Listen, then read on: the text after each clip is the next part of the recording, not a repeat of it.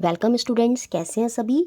आपका अपने channel quick science में बहुत बहुत वेलकम है। जैसा कि बहुत ज़्यादा डिमांडिंग क्लास थी कि मैम पीएस टेट की मैराथन 2 क्लास कब आएगी, तो फाइनली आपके लिए मैराथन पार्ट 2 जो है आज आ गया है, जिसमें हम बायोलॉजी के सारे इंपॉर्टेंट टॉपिक जो है वो कवर करेंगे। अभी तक आपने अगर मैराथन 1 नहीं देखी है, जिसमें हमने फिजिक्स और केमिस्ट्री के टॉपिक देखे थे, तो आई बटन में वीडियो का लिंक आ रहा होगा या डिस्क्रिप्शन बॉक्स में भी लिंक मिल जाएगा। तो उस वीडियो को ज़रूर देख लें, जिसमें फिजिक्स और केमिस्ट्री के इंपॉर्टेंट टॉपिक कवर होंगे, और वो हमारी मैराथन 1 थी। और आज की इस क्लास में हम बायोलॉजी के इंपॉर्टेंट टॉपिक जो है वो कवर करेंगे। पीएस टेट के लिए ही नहीं, जो एमपी टेट की भी तैयारी कर रहे हैं उनके लिए भी ये बहुत इंपॉर्टेंट है। क्यों? क्योंकि बायोलॉजी का सेक्शन उनको नहीं कराया था। पक्का यहाँ से 102% यहाँ से कुछ ना कुछ क्वेश्चन आपको बायोलॉजी में देखने को मिलेंगे, क्योंकि सारे एनसीईआरटी के इंपॉर्टेंट पॉइंट जो है मैंने इस मैराथन के थ्रू कवर करने की कोशिश की है। तो चलिए शुरू करते हैं आज की क्लास। और सबसे पहले जो हम समझने वाले हैं वो है आपका माइक्रो ऑर्गेनिज्म।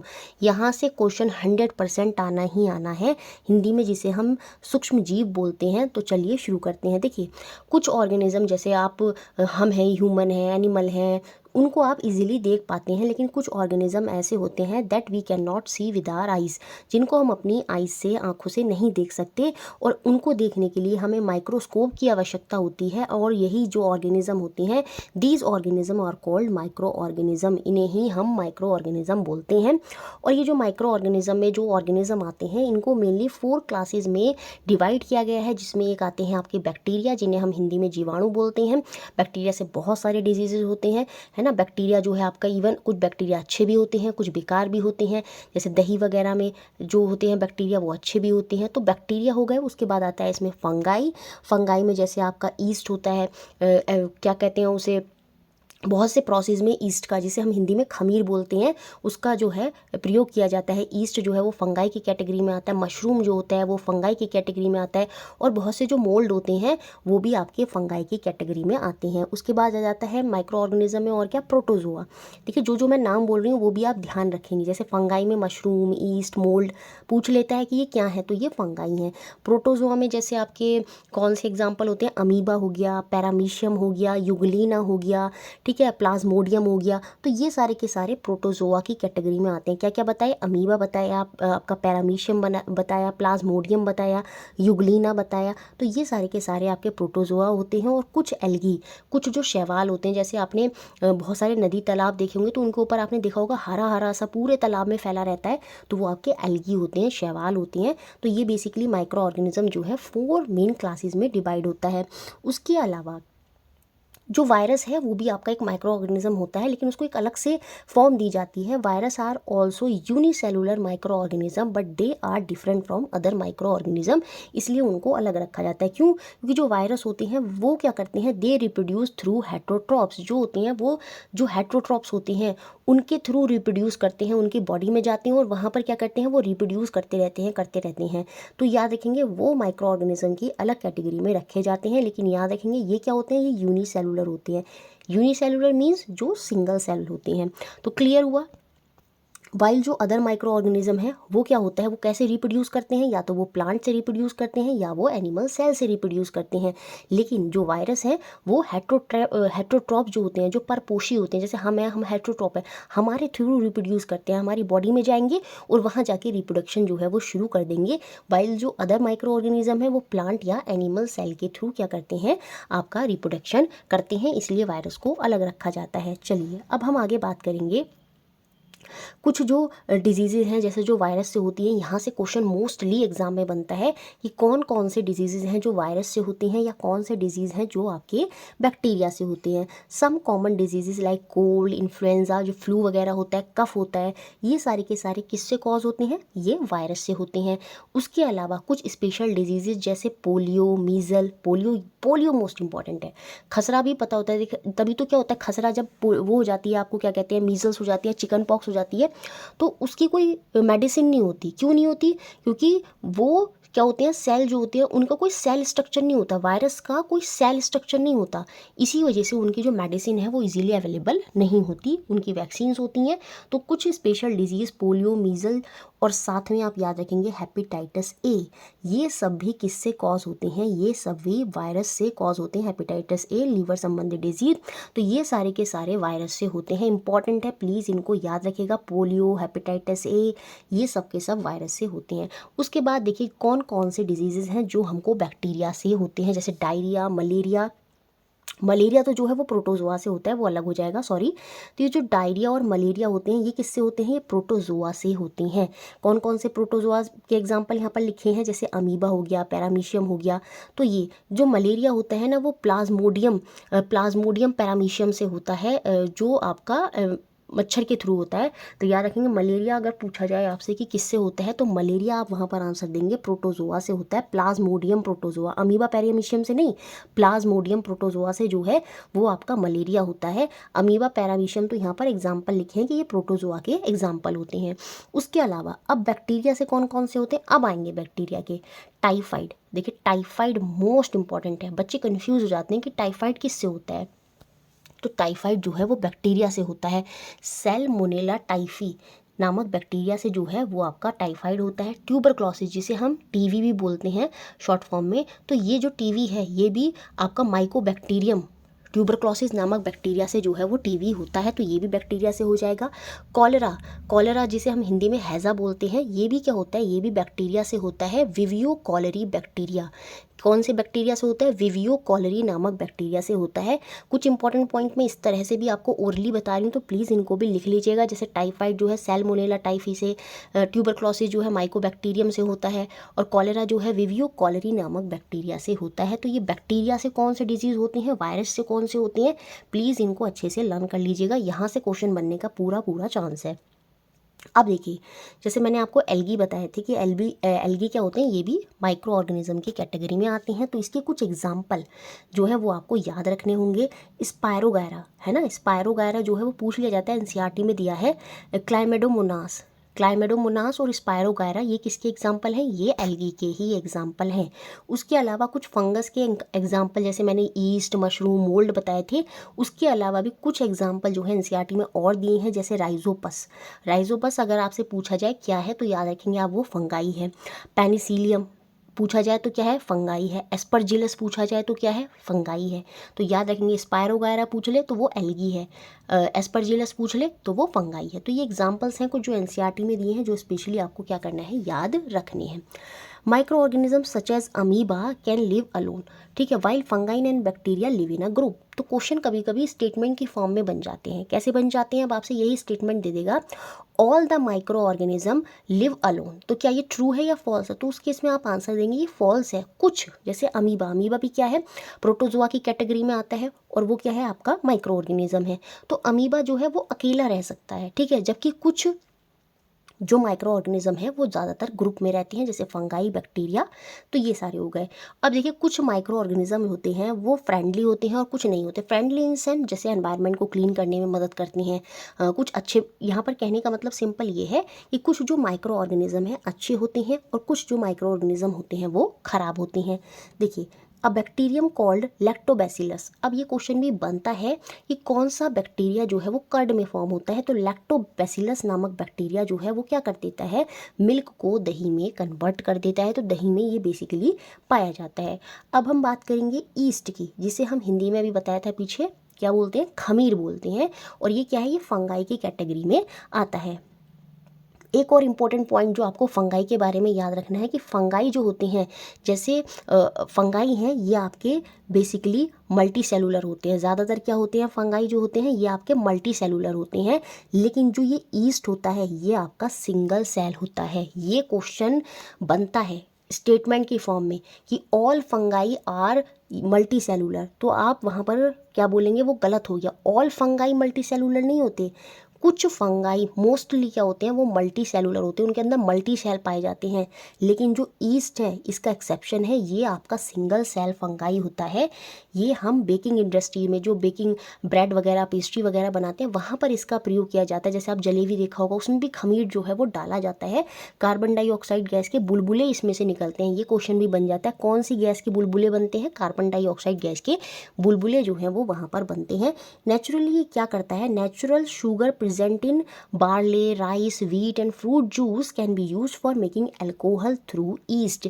तो याद रखेंगे ईस्ट का प्रयोग कहाँ पर किया जाता है, अल्कोहल बनाने में भी, ठीक है। जो नेचुरल शुगर होती है आपके डिफरेंट राइस में, वीट में, फ्रूट जूस में, can be use for making alcohol, उनके थ्रू हम क्या बनाते हैं, अल्कोहल बनाते हैं। और किसका यूज़ करके, ईस्ट का यूज़ करके। ईस्ट क्या है, फंगाई है, और फंगाई में भी क्या है, ये सिंगल सेल है, जबकि फंगाई ज़्यादातर क्या होते हैं, मल्टी सेलुलर होते हैं, ठीक है। ये भी बात याद रखना है। जैसे एल्गी होती हैं, ये एल्गी जो होते हैं ये सिंगल सेलुलर ही होते हैं, ठीक है। अगर पूछा जाए सिंगल सेलुलर या यूनिसेलुलर कौन से होते हैं, तो वो एल्गी जो है प्योरली क्या है, आपके यूनिसेलुलर वहाँ पर हो जाएंगे, ठीक है। अब देखिए यहाँ पर एक प्रोसेस दिखाया गया है कि फर्मेंटेशन क्या होता है। ये क्वेश्चन यहाँ से बन जाता है कि फर्मेंटेशन क्या है। You can get alcohol by adding sugar to water with the help of yeast powder. और यही जो कन्वर्जन हो रहा है शुगर का एल्कोहल में, इसे ही हम क्या बोलते हैं, फर्मेंटेशन बोलते हैं। तो इम्पॉर्टेंट है बहुत ज़्यादा। और इसकी खोज किसने की थी, इसकी जो डिस्कवरी की थी वो की थी लुईस पास्चर ने, जिसे हम हिंदी में फर्मेंटेशन को किण्वन बोलते हैं। क्या बोलते हैं, किण्वन बोलते हैं। और इसकी जो खोज है वो लुईस पास्चर ने की थी। सिंपली प्रोसेस क्या है, हमें अल्कोहल मिलता है जब हम शुगर में क्या करते हैं, पानी मिलाते हैं और उसके साथ उसमें हम किसका प्रयोग करते हैं, ईस्ट का प्रयोग करते हैं। तो वो जो हमें अल्कोहल मिली है, शुगर से अल्कोहल मिली है, वही क्या है, आपका फर्मेंटेशन है। उसके बाद देखिए fungi. In 1929, Alexander Fleming discovered the fungus inhibit bacterial growth। जो फंगस होती है वो बैक्टीरिया की ग्रोथ को जो है वो रोकने का काम करती है। एक्चुअली में वो एक्सपेरिमेंट कर रहे थे, तो उन्होंने अपने एक्सपेरिमेंट में देखा कि जो बैक्टीरिया है वो फैलने से रुक रहा है, कब, जब उसमें फंगस है। तो वहीं से वहाँ जो है उन्होंने खोज की किसकी, पेनिसिलिन की। तो पेनिसिलिन जो है वो याद रखेंगे फंगाई का ही एक फॉर्म है, और इसकी खोज की थी किसने, अलेक्जेंडर फ्लेमिंग ने की थी। तो इम्पॉर्टेंट है, याद रखेंगे।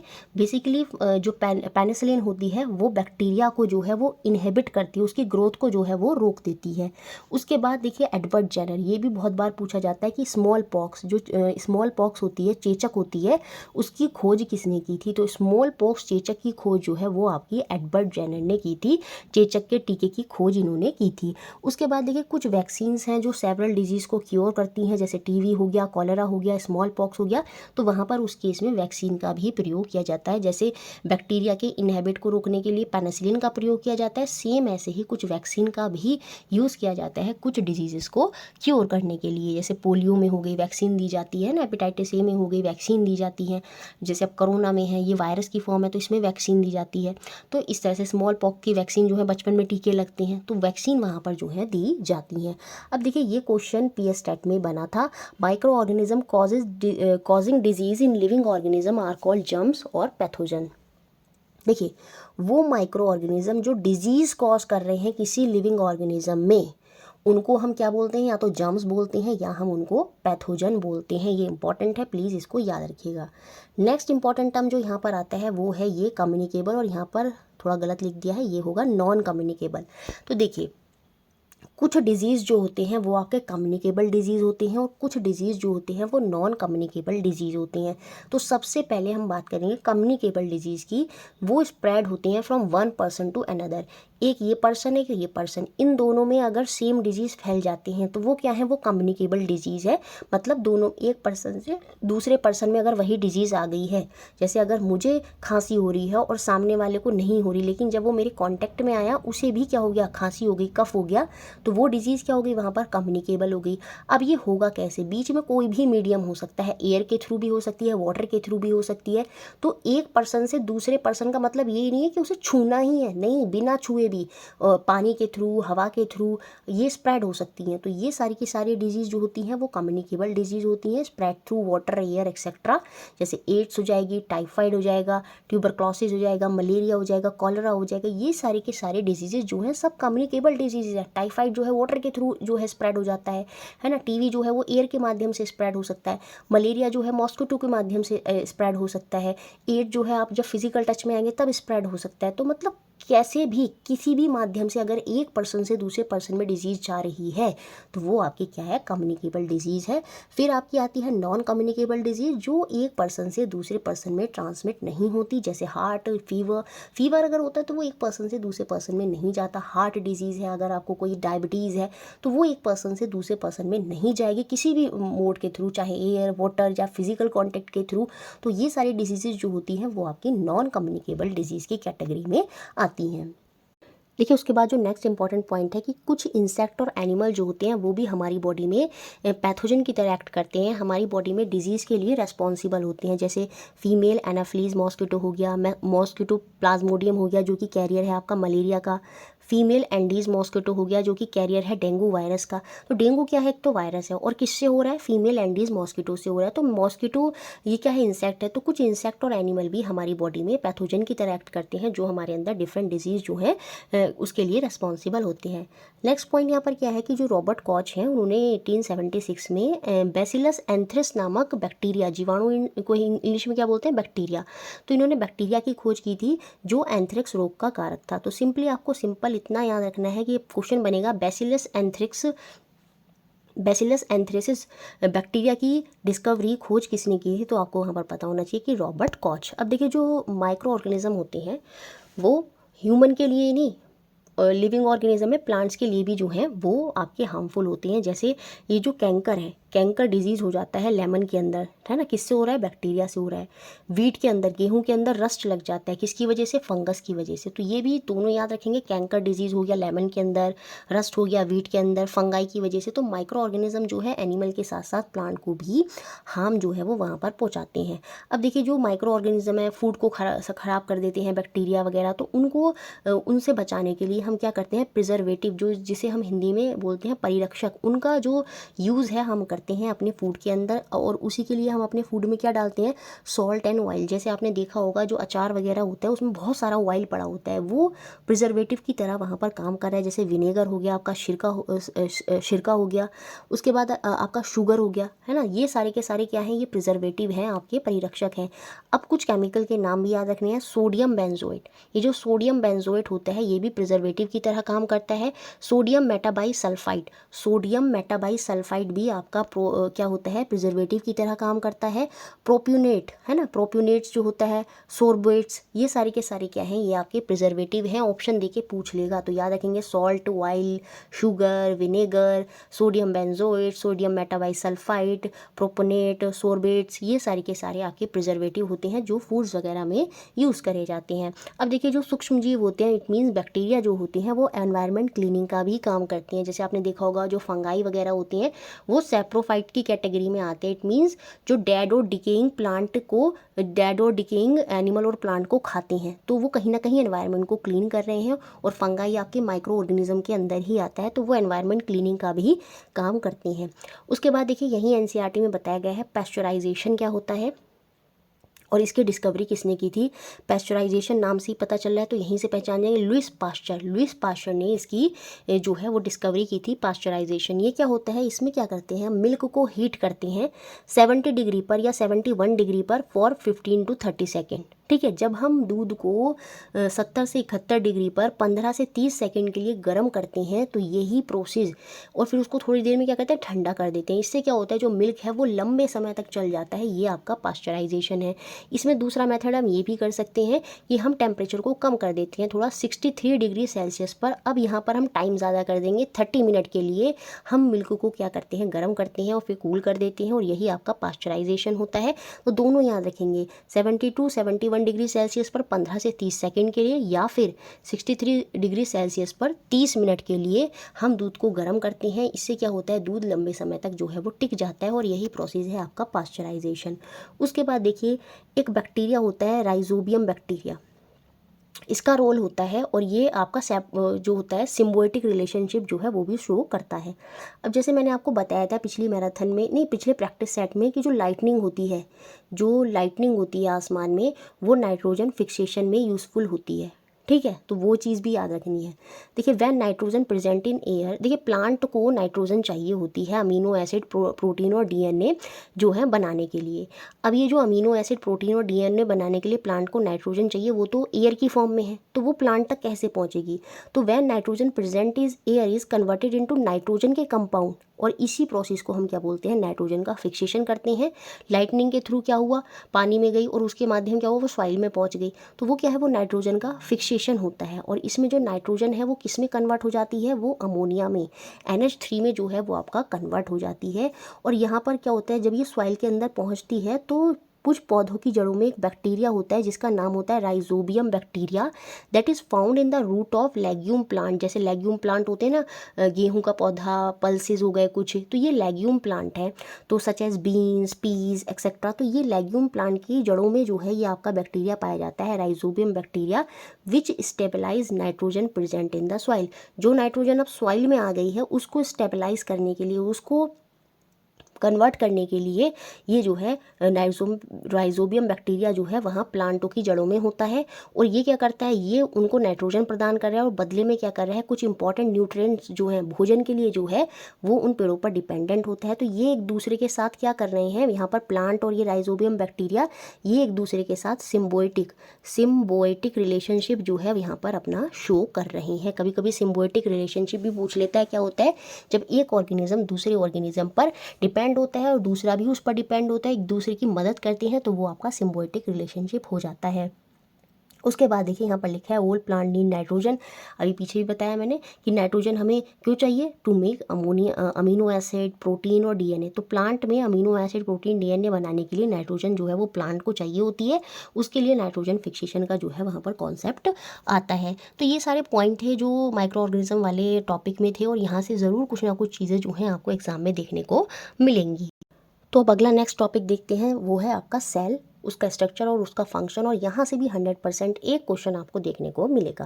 देखिए basic structural unit of an organ is refer to as cell. सबसे छोटा बेसिक स्ट्रक्चर जहाँ से ऑर्गेनिज्म बनना शुरू हुआ, सबसे बेसिक स्ट्रक्चर जो होता है किसी भी ऑर्गेनिज्म में, वो क्या रिप्रेजेंट, उसे हम क्या बोलते हैं, सेल बोलते हैं, और हिंदी में हम उसे कोशिका बोलते हैं। Robert Hooke in 1665 was the first to introduce cell. तो पहले इंसान जिन्होंने सेल को इंट्रोड्यूस किया वो थे आपके रॉबर्ट हुक। देखिए यहाँ पर इस तरह से अलग अलग सेल होते हैं, इनकी शेप अलग अलग हो सकती है। जैसे ह्यूमन बॉडी में जो राउंड वाले जो सेल होते हैं वो आपके आरबीसीज होते हैं, लॉन्ग ब्रांच जो होते हैं वो आपके नर्व सेल होते हैं, स्पेंडल की फॉर्म में जो होते हैं वो आपके मसल सेल्स होते हैं। तो जो सेल होते हैं वो अलग अलग शेप के हो सकते हैं। तो ये जो सेल होते हैं, जब एक साथ एक टाइप के सेल, जैसे खाली गोल वाले सेल, एक टाइप के सेल जब एक साथ कंबाइन होते हैं तो वो फॉर्म करते हैं क्या, टिश्यू, जिसे हम हिंदी में ऊतक बोलते हैं। और जब मल्टीपल टिश्यू है ना, अलग अलग सेल के कॉम्बिनेशन आ गए कि यहाँ पर एक यहाँ पर, जो मल्टीपल टिश्यू एक साथ आते हैं तो वो आपका क्या बनाते हैं, ऑर्गन बनाते हैं। जैसे आपका हार्ट हो गया, लीवर हो गया, लीवर जो है वो ऑर्गन भी है और साथ में ग्लैंड भी है, ठीक है। तो वो सारी चीज़ें भी अच्छे से याद रखेंगे। फिर ऑर्गन, जब बहुत सारे ऑर्गन एक साथ आते हैं तो वो पूरा एक ऑर्गन सिस्टम बनाते हैं, और ऑर्गन सिस्टम से पूरा आपका जो एक ऑर्गेनिज्म है वो बनकर तैयार होता है। तो यहाँ पर जो बेसिक यूनिट है स्ट्रक्चर की, किसी भी पूरे ऑर्गेनिज्म को बनाने की जो स्ट्रक्चरल यूनिट है वो क्या कहलाती है, वो आपकी सेल कहलाती है।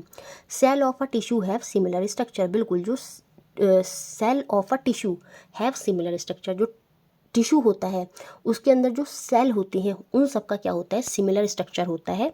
ये मैंने अभी आपको बता भी दिया है। अब देखिए, organism whose body is made up of more than one cell are called multicellular. अभी पीछे हम डिस्कशन भी कर रहे थे, unicellular, multicellular. Unicellular single cell, multicellular एक से ज़्यादा सेल। तो ऐसे ऑर्गेनिज्म जिनकी बॉडी एक से ज़्यादा सेल की बनी होती है वो आपके मल्टी सेलुलर होते हैं। जैसे हम ह्यूमन, एनिमल्स मल्टी सेलुलर होते हैं, करोड़ों लाखों ट्रिलियंस में जो सेल्स हैं वो पाई जाती हैं।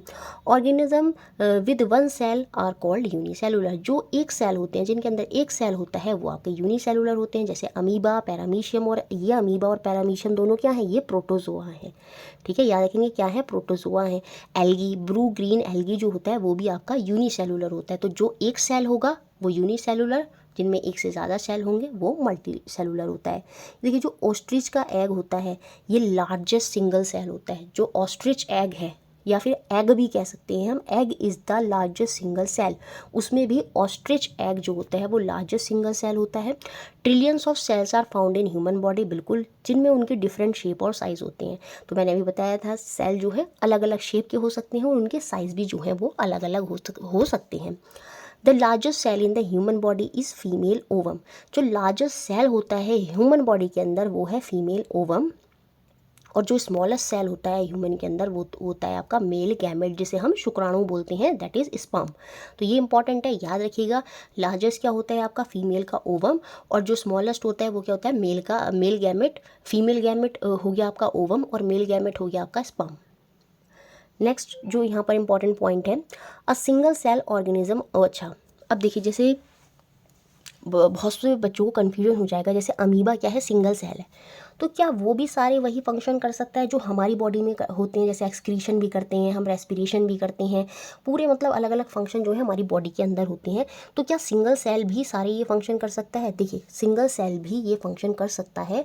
अ single cell organism also perform all the necessary action that multicellular organism do. Example के लिए अमीबा, जो अमीबा होता है वो क्या करता है, फूड को अंतग्रहण भी करता है, उसका इंजेशन भी करता है, उसका डाइजेशन भी करता है, उसको पचाता भी है ना, डाइजेस्ट करता है फूड को, फिर रेस्पिरेशन भी करता है और साथ में एक्सक्रीशन भी करता है, और वृद्धि और प्रजनन के लिए रिप्रोडक्शन, जो रिप्रोडक्शन है, रिप्रोड्यूस है, वो भी करता है। तो देखिए सिंगल सेल भी वही सारे फंक्शन कर रहा है जो मल्टी सेलुलर करता है। तो अगर स्टेटमेंट में ये क्वेश्चन आए तो इसको अच्छे से आप याद रखिए। देखिए जब हम अमीबा की बात करते हैं, when we are talking about amoeba, थोड़ा सा इसके बारे में देख लेते हैं। इसकी कोई डेफिनेट शेप जो है वो नहीं होती। The projection of varying length protruding out of its body, देखिए इस तरह से ये निकलते रहते हैं इसकी बॉडी में और फिर गायब भी हो जाते हैं, और इन्हें ही हम क्या बोलते हैं, सूडोपोडिया बोलते हैं या फॉल्स फीट बोलते हैं, नकली पैर, जो अपनी सुविधा के लिए, डाइजेशन के लिए या किसी और पर्पस के लिए जो है आगे बढ़ने के लिए जो है ये फॉल्स फीट जो है इसके होती हैं। तो ये इसकी याद रखेंगे, अमीबा की कोई भी डेफिनेट शेप जो है वो यहाँ पर नहीं होती है। अब देखिए आगे क्या पॉइंट है, different type of cells are found in human body. सीधी सी बात है, अलग अलग टाइप के सेल जो है ह्यूमन बॉडी में पाए जाते हैं। जैसे डायग्राम में अगर हम देखेंगे, ये हो गए आपके राउंड वाले सेल हो गए आरबीसी, है ना, और ये वाला सेल क्या हो गया आपका, नर्व सेल हो गया, और ये जो है आपकी इस तरह से जो शेप दिख रही है यहाँ पर, ये स्पिंडल शेप जो दिख रही है ये आपकी मसल सेल्स की दिख रही है। किसकी दिख रही है, मसल सेल्स की दिख रही है। तो यहाँ पर हम इजीली अब ये कह सकते हैं कि different type of cells are found in human body, और उनकी क्या होती है, डिफरेंट शेप होती है, जो कि क्या करते हैं, अलग अलग फंक्शन करते हैं। जैसे आरबीसी जो होता है वो अपना अलग फंक्शन करता है, नर्व सेल जो होता है वो अपना अलग फंक्शन करता है, मसल सेल्स जो होता है वो अपना अलग फंक्शन करता है। तो ये अलग अलग फंक्शन करते हैं और इनकी शेप भी जो होती है वो अलग अलग होती है। तो आरबीसी नर्व सेल की, और ये पूछ लिया जाए अगर स्पिंडल जो है शेप किसकी होती है, वो मसल सेल्स की होती है। तो ठीक है, इजीली आपको क्लियर हो गया होगा। अब देखिए यहाँ पर ये भी लिखा है, ये जो आरबीसीज होते हैं इनमें जो न्यूक्लियस है वो नहीं पाया जाता। अगर पूछा जाए ह्यूमन बॉडी में ऐसा कौन सा सेल है जिसके अंदर न्यूक्लियस नहीं होता, तो वो आरबीसी होता है। अभी हम जो सेल है उसका पूरा स्ट्रक्चर देखेंगे, सेल में क्या क्या कंपोनेंट होते हैं, तो उसी में होता है न्यूक्लियस। तो याद रखेंगे आरबीसी एक वो सेल है हमारी बॉडी में जिसमें न्यूक्लियस नहीं होता। कभी कभी ये क्वेश्चन भी बन जाता है कि ऐसा कौन सा सेल है हमारी ह्यूमन बॉडी में जो अपनी शेप चेंज करता है, तो वो होता है वाइट ब्लड सेल। ये जो WBC सेल्स होते हैं ये हमारी बॉडी में शेप चेंज जो है अपनी करते रहते हैं। जैसे अमीबा अपनी शेप चेंज कर रहा था, सेम ऐसी हमारी बॉडी में WBC जो होते हैं वो शेप जो है वो चेंज करते रहते हैं। और ये जो होते हैं ये बाहर से आ रहे जो भी बैक्टीरिया वगैरह होते हैं उनसे लड़ने में जो वाइट ब्लड सेल हैं वो हमारी मदद करते हैं। Animal cell contain cell membrane, देखिए जो सेल होता है, बेसिकली यहाँ पर सेल की ही बात हो रही है, तो जो सेल होता है उसकी जो सबसे आउटर लेयर होती है उसे हम क्या बोलते हैं, सेल मेम्ब्रेन बोलते हैं, या हिंदी में कोशिका झिल्ली बोलते हैं, जो किसी भी सेल को क्या करती है, शेप जो है वो प्रोवाइड करती है। तो याद रखेंगे कोई भी शेप अगर सेल की है तो उसकी आउटर लेयर की वजह से है, जिसे हम क्या बोलते हैं, सेल मेम्ब्रेन या कोशिका झिल्ली बोलते हैं। अब देखिए हम ह्यूमन जो है हम तो घरों के अंदर रहते हैं, हमारी प्रोटेक्शन अच्छे से हो जाती है, लेकिन जो प्लांट्स होते हैं वो बाहर एज इट इज़ रहते हैं, तो उनमें सेल मेम्ब्रेन के अलावा एक और लेयर होती है जिसे हम क्या बोलते हैं, सेल वॉल बोलते हैं। तो याद रखेंगे प्लांट में एक और एक्स्ट्रा लेयर पाई जाती है जिसे हम क्या बोलते हैं, सेल वॉल बोलते हैं, जो उनको एक वेल खड़े रहने में और एक स्ट्रॉन्ग शेप जो है प्रोवाइड करने में उनको मदद करती है।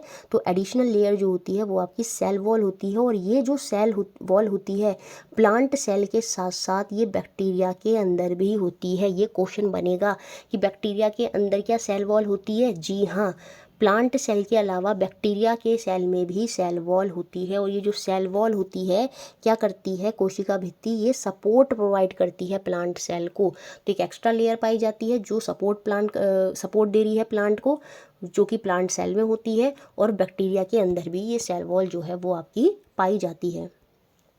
The size of the smallest cell, जो स्मॉलेस्ट सेल है उसका साइज़ कितना हो सकता है, 0.1 to 0.5 माइक्रोमीटर तक का हो सकता है, विच इज़ बैक्टीरिया सेल। तो जो बैक्टीरिया का सेल होता है वो बहुत ही स्मॉलेस्ट सेल होता है, याद रखेंगे इसमें सेल वॉल भी होती है। और जो लार्जेस्ट सेल होता है, आपको बताया, ह्यूमन की बात नहीं कर रही हूँ मैं, नॉर्मल बात कर रही हूँ। तो जो स्मॉलेस्ट सेल होता है वो बैक्टीरिया हो गया, और जो लार्जेस्ट सेल हो जाएगा वो आपका एग हो जाएगा, किसका, ऑस्ट्रिच का। तो याद रखेंगे, इंपॉर्टेंट है। और ह्यूमन में तो मैंने बता ही दिया था, फीमेल ओवम और मेल जो गैमेट होता है वो स्मॉलेस्ट होता है, और फीमेल जो ओवम होता है वो लार्जेस्ट होता है। The size of the cell is not related to the size of any plant और एनिमल। देखिए यहाँ पर ये पॉइंट ये कह रहा है कि जैसे हाथी है, तो ये हाथी बहुत बड़ा है, एलिफेंट बहुत बड़ा होता है, तो हम ये नहीं कह सकते कि जो साइज़ प्लांट और एनिमल का है उसी हिसाब से उनकी बॉडी में साइज़ होगा सेल का। नहीं, उनकी बॉडी में भी जो सेल हैं वो छोटे छोटे भी हो सकते हैं, और जो चूहा वगैरह है उसकी बॉडी में जो सेल हैं वो बड़े बड़े भी हो सकते हैं। तो आप ये बिल्कुल ना समझे कि अगर जैसा ऑर्गेनिज्म है, अगर वो उसकी साइज़ ज़्यादा है तो उसके अंदर सेल भी ज़्यादा होंगे, मतलब उनका साइज़ जो है वो ज़्यादा होगा, ऐसा बिल्कुल नहीं होता। ठीक है, तो ये स्टेटमेंट की फॉर्म में आपसे पूछा जा सकता है, तो इसको याद रखिएगा। सेल जो होते हैं बेसिकली, जो अगर मैं सेल की बात करूँ, देखिए यहाँ पर ये जो डायग्राम दिख रहा है ये आपको सेल का डायग्राम दिख रहा है। सेल में बेसिक 3 चीज़ आती हैं। एक जो लेयर मैंने आपको बताई, आउटर मोस्ट लेयर, जिसे हम सेल मेम्ब्रेन बोलते हैं। एक बीच में आता है आपका न्यूक्लियस, बीच में क्या आता है, न्यूक्लियस, और इस न्यूक्लियस और सेल मेम्ब्रेन के बीच में एक जेल भरा हुआ होता है जिसे हम क्या बोलते हैं, साइटोप्लाज्म बोलते हैं। तो 3 इंपॉर्टेंट चीज़ है, एक बीच में हो गया न्यूक्लियस, एक ये जो लेयर है outermost layer cell membrane, और इन दोनों के बीच में जो जेल भरा हुआ है जिसे हम क्या बोलते हैं, साइटोप्लाज्म बोलते हैं। ठीक है, तो ये तीनों याद रखेंगे। अब देखिए सेल मेम्ब्रेन की बात करें कि इसका फंक्शन क्या होता है, कभी कभी मैच द फ्लोइंग में इनके फंक्शंस करके मैच करने के लिए आपसे बोल देगा। सेल मेम्ब्रेन, जिसको हम प्लाज्मा मेम्ब्रेन भी बोलते हैं, ये पोरस होती है ना, पोरस लचीली सी होती है, पोरस होती है, और मतलब आदान प्रदान बड़ी आसानी से करवाएगी, जो चीज़ें एक दूसरे से अंदर बाहर जो है वो जा सकती है। पोरस होती है और अलाउ करती है movement of substances both inward and outward. अंदर भी जा सकता है कोई सब्सटेंस, और कोई सब्सटेंस जो है सेल के बाहर भी जा सकता है। तो ये सेल मेम्ब्रेन जो है ये आपकी पोरस होती है। And regulate the movement of various substances into the cell, और जो मूवमेंट हो रहा है ना, कोई भी इंपॉर्टेंट न्यूट्रेंट जा रहा है, आ रहे हैं, तो उसका पूरा रेगुलेट करने का, उनके मूवमेंट को रेगुलेट करने का काम जो है वो आपका सेल मेम्ब्रेन का होता है। अब देखिए, जब मैं बात करती हूँ न्यूक्लियस की, the centre of the cell has a rich and spherical structure called nucleus. देखिए आप देखेंगे सेंटर ऑफ द सेल, इसका क्या है, रिच और स्फेरिकल स्ट्रक्चर है, जिसे हम क्या बोलते हैं, न्यूक्लियस बोलते हैं। और बिटवीन द न्यूक्लियस और सेल मेम्ब्रेन, देखिए मैंने अभी आपको बताया ये न्यूक्लियस है और ये आपकी outermost layer cell membrane है, इनके बीच में जेली लाइक सब्सटेंस पाया जाता है, यहाँ पर लिखा है, जिसे हम क्या बोलते हैं, साइटोप्लाज्म बोलते हैं। वेरियस अदर कंपोनेंट, कुछ और भी कंपोनेंट हैं जो सेल के अंदर पाए जाते हैं, अभी आगे हम और अच्छे से उसको देख लेंगे, जैसे राइबोसोम हो गया, माइटोकॉन्ड्रिया हो गया, गोल्जी बॉडी हो गया, ये सारे कुछ ऐसे कंपोनेंट हैं जो सेल के ही अंदर जो है आपके पाए जाते हैं। देखिए जो न्यूक्लियस होता है also have a small densely spherical body. इसकी आपको पता है न्यूक्लियस की जो है आपकी स्फेरिकल बॉडी होती है न्यूक्लियस की, और इसकी जो बॉडी है, ये जो स्फेरिकल बॉडी है, इसमें भी बाहर एक लेयर सी बन जाती है, इसे हम क्या बोलते हैं, न्यूक्लियल्स बोलते हैं, केंद्रिका बोलते हैं, याद रखेंगे, इंपॉर्टेंट है। Nucleus control all the function of cell, जैसे हमारे पिट्यूटरी ग्लैंड हमारी बॉडी में मास्टर ग्लैंड होता है, मतलब इंपॉर्टेंट रोल बहुत बड़ा प्ले करता है ना, मास्टर होता है, वो पूरी बॉडी के जो चीज़ों है उनको कंट्रोल करता है। सेम ऐसे न्यूक्लियस जो होता है control all the function of the cell. In addition nucleus also has thread like structure that is called chromosome. तो न्यूक्लियस के अंदर अगर आपसे पूछा जाए क्या पाए जाते हैं, थ्रेड लाइक स्ट्रक्चर होते हैं, थ्रेड धागे नुमा जैसी संरचना होती है, जिसे हम क्या बोलते हैं, क्रोमोसोम, हिंदी में गुणसूत्र कहते हैं।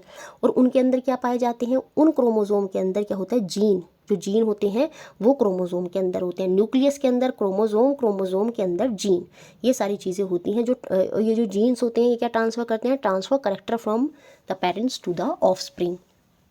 जो पेरेंट्स होते हैं उनके ऑफ स्प्रिंग जो बच्चे हैं उनमें जो उनके करेक्टरिस्टिक्स हैं वो इन्हीं के थ्रू जो है वो ट्रांसफ़र होती हैं। जैसे आपको पता होगा जो ह्यूमन बॉडी होती है उसमें 23 पेयर ऑफ क्रोमोसोम पाए जाते हैं, जिसमें मेल और फीमेल में 22 पेयर जो होते हैं वो सेम होते हैं, लेकिन जो 23वां पेयर होता है वो मेल और फीमेल में अलग होता है। जो मेल होते हैं उनमें वो 23वां पेयर जो होता है वो XY होता है, जबकि जो फीमेल होती है उसमें वो जो 23वां पेयर होता है वो XX होता है।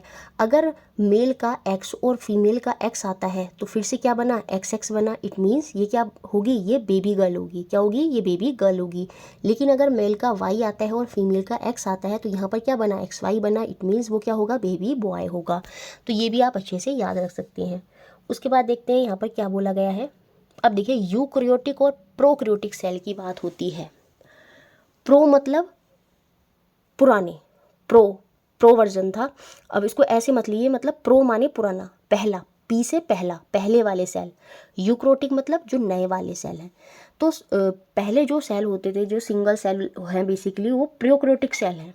उनमें वेल डिफाइंड न्यूक्लियस जो है वो नहीं पाया जाता।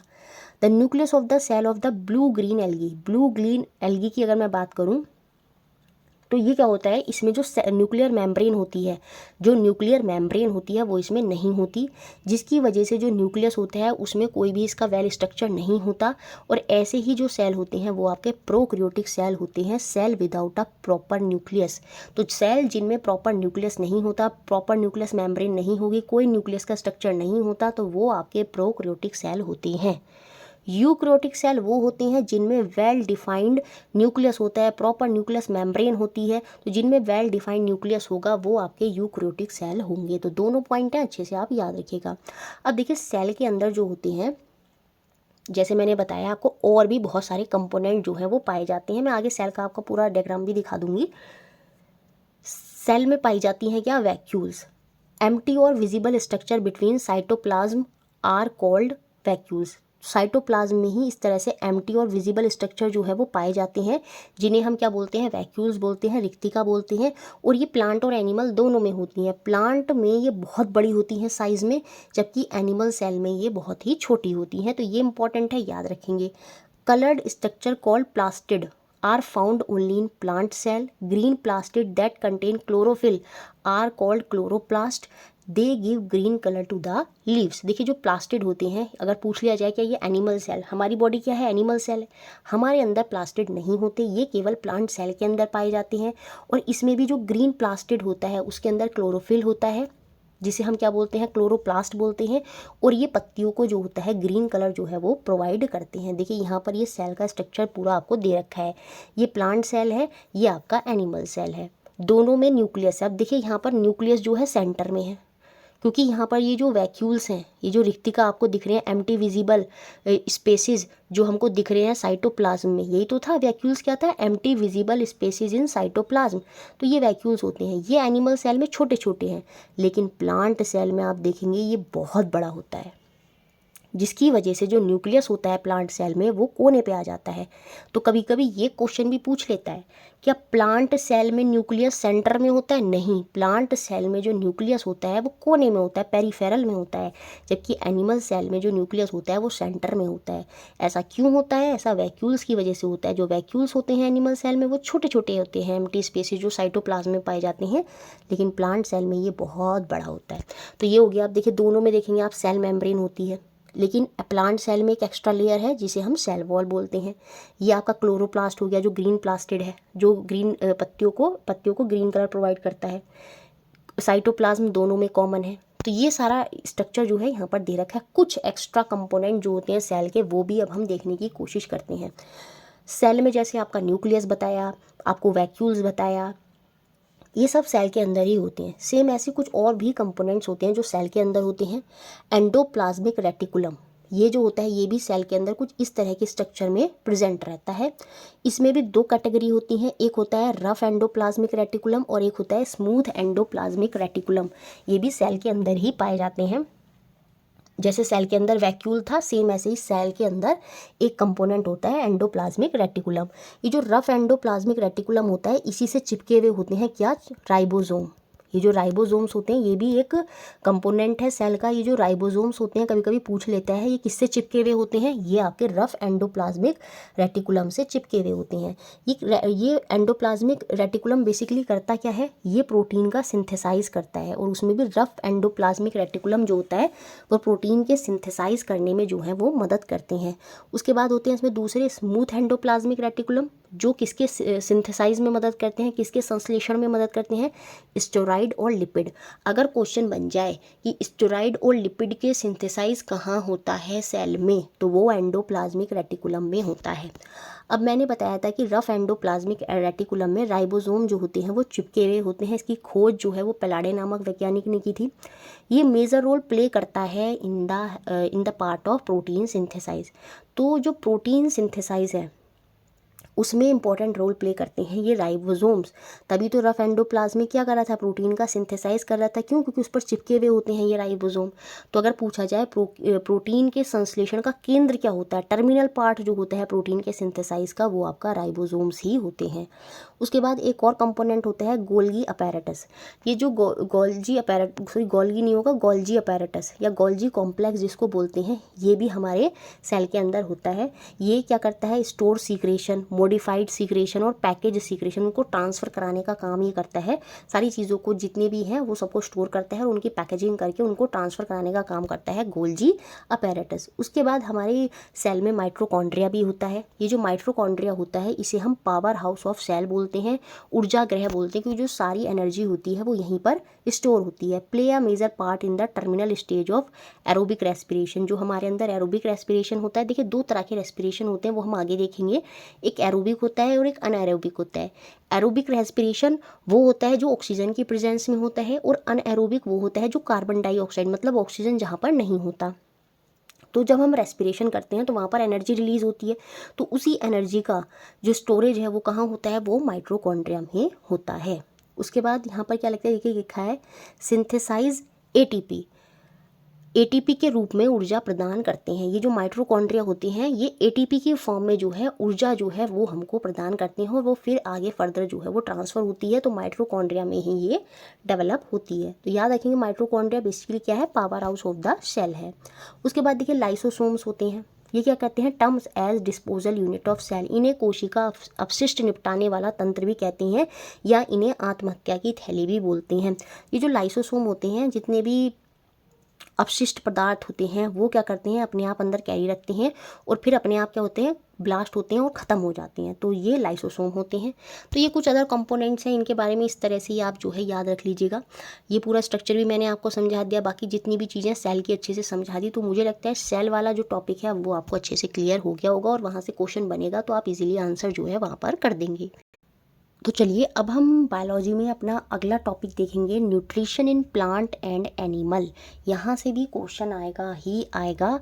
जैसा आपको पता ही है, हम ग्रो करते हैं उसके लिए हमें न्यूट्रिशन चाहिए, तो प्लांट को भी न्यूट्रिशन चाहिए, एनिमल को भी न्यूट्रिशन चाहिए। कैसे कैसे वो खाना बनाते हैं, कैसे डाइजेशन करते हैं, पूरी सारी चीज़ें जो है वो हम समझेंगे किसमें, nutrition in plant and animal. इससे पहले अगर आप अभी तक आपने अगर PS टेट के नोट्स नहीं लिए हैं और आप इंटरेस्टेड हैं नोट्स लेने में, NCERT समरी 6, 7, 8 साथ में सारे previous year questions with answer, और ये जो मैराथन आपको पार्ट 1 पार्ट 2 कराई गई हैं इनकी समरी की PDF, और साथ में पेडागोजी के लिए CTET के previous year pedagogy questions with answer, वो सारी चीज़ें आपको अवेलेबल करा दी जाएंगी। सिर्फ 120 रुपीज़ जो है आपको पे करने हैं। UPI ID है मैम की shilpi8@paytm, और इसके लिए आप मेरे को मेल कर सकते हैं मेरी मेल ID पर shilpi ch511@gmail.com। जब आप मैम की मेल ID पर मेल करेंगे तो वहाँ आपको जो है पेमेंट करनी होगी 120 रुपये की। इस पेमेंट इस UPI ID पर shilpi8@paytm। जब आपकी पेमेंट हो जाए आप अपना स्क्रीनशॉट भेज सकते हैं और अपना व्हाट्सएप नंबर जो है वहाँ पर सेंड कर देंगे, और आपको जो नोट्स हैं आपकी व्हाट्सएप पर जो है वो प्रोवाइड करा दिए जाएंगे। अभी तक बहुत बच्चों ने नोट्स लिए हैं, और जिन्होंने नोट्स लिए हैं और इस PS टेट की ये जो दूसरी मैराथन है इसकी PDF जो है वो चाहिए ही होगी ऑफ कोर्स, तो वो मेरे को एक बार प्लीज़ मैसेज कर देंगे, क्योंकि बहुत सारे बच्चे हैं और बहुत सारे एमपी टेट के भी हैं, सी टेट के भी हैं, तो कन्फ्यूजन हो जाता है। एक बार आप मैसेज कर दीजिएगा कि मैम जो आज आपने क्लास कराई है उसकी PDF जो है वो हमको दे दीजिए, तो मैं आपको वहाँ पर जो PDF है वो दे दूँगी। कोई भी अगर चीज़ अभी रह गई है तो वो भी आप वहाँ पर मेरे को मैसेज कर सकते हैं। कोई भी डाउट है तो व्हाट्सएप पर आप मेरे को वहाँ पर जो है वो अपना इजीली जो है अपने आप जो भी प्रॉब्लम्स है मेरे साथ शेयर कर सकते हैं, वो भी सिर्फ स्टडी रिलेटेड। तो ये पूरा प्रोसेस है, आप देख लीजिएगा। जिस भी स्टूडेंट को नोट चाहिए सिर्फ 120 रुपीज़ आप पे करेंगे, वन टाइम पेमेंट है। उसके बाद जो भी कंटेंट आपको दिया जाएगा वो सब आपको ऐसे ही मिलता रहेगा आगे भी। कोई भी कंटेंट आप स्टडी रिलेटेड मांगेंगे एक बार पेमेंट के बाद, तो फिर आपको वो सारी चीज़ें जो है इजीली अवेलेबल करा दी जाएंगी। तो चलिए शुरू करते हैं। न्यूट्रिशन इन प्लांट में सबसे पहले आएंगे आपके ऑटोट्रॉप्स। ऑटोट्रॉप्स वो ऑर्गेनिजम्स होते हैं जो अपना खाना खुद बनाते हैं, जैसे प्लांट हो गए। The mode of nutrition in which organism make food themself, वो आपके होते हैं ऑटोट्रॉपिक। तो प्लांट ही जो है हमारे ऑटोट्रॉप्स होते हैं। उसके बाद दूसरे आते हैं हेटरोट्रॉप्स, जैसे हम क्या होते हैं, प्लांट और एनिमल पर डिपेंडेंट हैं अपने फूड के लिए, तो हम क्या हैं, हम हेटरोट्रॉप है, जिसे बोलते हैं विषमपोषी। तो न्यूट्रिशन इन प्लांट में दो चीज़ें आ गई, एक ऑटोट्रॉपिक होते हैं जो अपना खाना खुद बनाते हैं, और एनिमल और मोस्ट ऑर्गेनिज्म जो होते हैं वो रेडीमेड फूड जो प्लांट और एनिमल बना रहे हैं उनको लेते हैं, तो वो होते हैं आपके हेटरोट्रॉप्स। सबसे पहले अब हम बात करेंगे ऑटोट्रॉप्स में प्लांट की, कि वो अपना खाना खुद से कैसे बनाते हैं। तो उसके लिए वो क्या करते हैं, उसके लिए वो करते हैं फोटोसिंथेसिस, जिसे हम प्रकाश संश्लेषण बोलते हैं। इसमें क्या होता है, लीव्स जो होती हैं वो फूड फैक्ट्री की तरह काम करती हैं प्लांट में। They synthesise the food in plant occur in leave. तो जो फूड का सारा सिंथेसाइज वाला प्रोसेस होता है वो लीव्स के अंदर ही होता है। तो जितने भी रॉ मटेरियल होता है वो वहाँ पर लीव्स के अंदर पहुँचते हैं, और वहाँ जाकर क्या होता है, ये अपना फोटोसिंथेसिस का प्रोसेस जो है पूरा कंप्लीट करते हैं। उसके लिए उनको क्या चाहिए होता है, वाटर और मिनरल्स जो हैं वो चाहिए होते हैं, जो सॉइल के अंदर होते हैं। उनकी जो रूट्स होती हैं वो एब्जॉर्ब करती हैं और उसको कहाँ पर ट्रांसपोर्ट करा कर लेके जाती हैं, लीव्स पर लेकर जाती हैं। पानी को ले जाने का काम कौन से टिश्यू करते हैं, जाइलम टिश्यू करते हैं। और जो न्यूट्रिएंट्स अदर न्यूट्रिएंट्स होते हैं उनको लीव तक ले जाने या डिफरेंट पार्ट तक ले जाने का काम जो है वो कौन करते हैं, वो फिल्म टिश्यू करते हैं। तो याद रखेंगे जाइलम और फिल्म टिश्यू का यहाँ पर रोल होता है। ये क्या करते हैं, लीव्स तक जो है वाटर या अदर जो भी न्यूट्रिएंट्स हैं उनको पहुँचाने का काम करते हैं। तो वाटर को पहुँचाने का काम जाइलम करता है, और जो न्यूट्रिएंट्स होते हैं उनको पहुँचाने का काम फिल्म टिश्यू जो है वो करता है प्लांट में। तो ये सारी चीज़ें लीव्स तक पहुंच जाती हैं। उसके बाद क्या होता है, कार्बन डाइऑक्साइड जो है वो एयर से टेकन ली जाती है। लीव्स को क्या क्या सामान चाहिए, जैसे खाना बनाने के लिए किचन में बहुत सारी चीज़ें चाहिए होती है, तो लीव्स जो है वो किचन की तरह काम कर रही है। उसको वाटर चाहिए जो उसको रूट्स के थ्रू मिल गया, कुछ और अदर न्यूट्रिएंट्स मिनरल्स भी चाहिए जो उसको लीव्स के थ्रू मिल गए। अब उसको कार्बन डाइऑक्साइड भी चाहिए खाना बनाने के लिए। तो लीव्स के अंदर जो होते हैं, जो उनकी पत्तियाँ होती हैं उन पर टीनी पोर्स बने होते हैं, छिद्र होते हैं जो उनके सरफेस पर होते हैं लीव्स पे, जहाँ से वो क्या करते हैं, कार्बन डाइऑक्साइड को लेते हैं। और इन्हीं ये जो पोर्स होते हैं वो किसके सराउंड होते हैं, वो गार्ड सेल से सराउंड होते हैं। और ये जो छिद्र हैं, ये पोर्स हैं जो लीव्स के अंदर हैं, यही आपके क्या कहलाते हैं, स्टोमेटा कहलाते हैं या रंध्र कहलाते हैं। तो याद रखेंगे ये जो पोर्स हैं वो किससे सराउंड हो रहे होते हैं, ये जो छोटे छोटे पोर्स होते हैं ये सराउंडेड होते हैं किससे, जब हम डीपली देखेंगे तो वो सराउंड होते हैं गार्ड सेल से।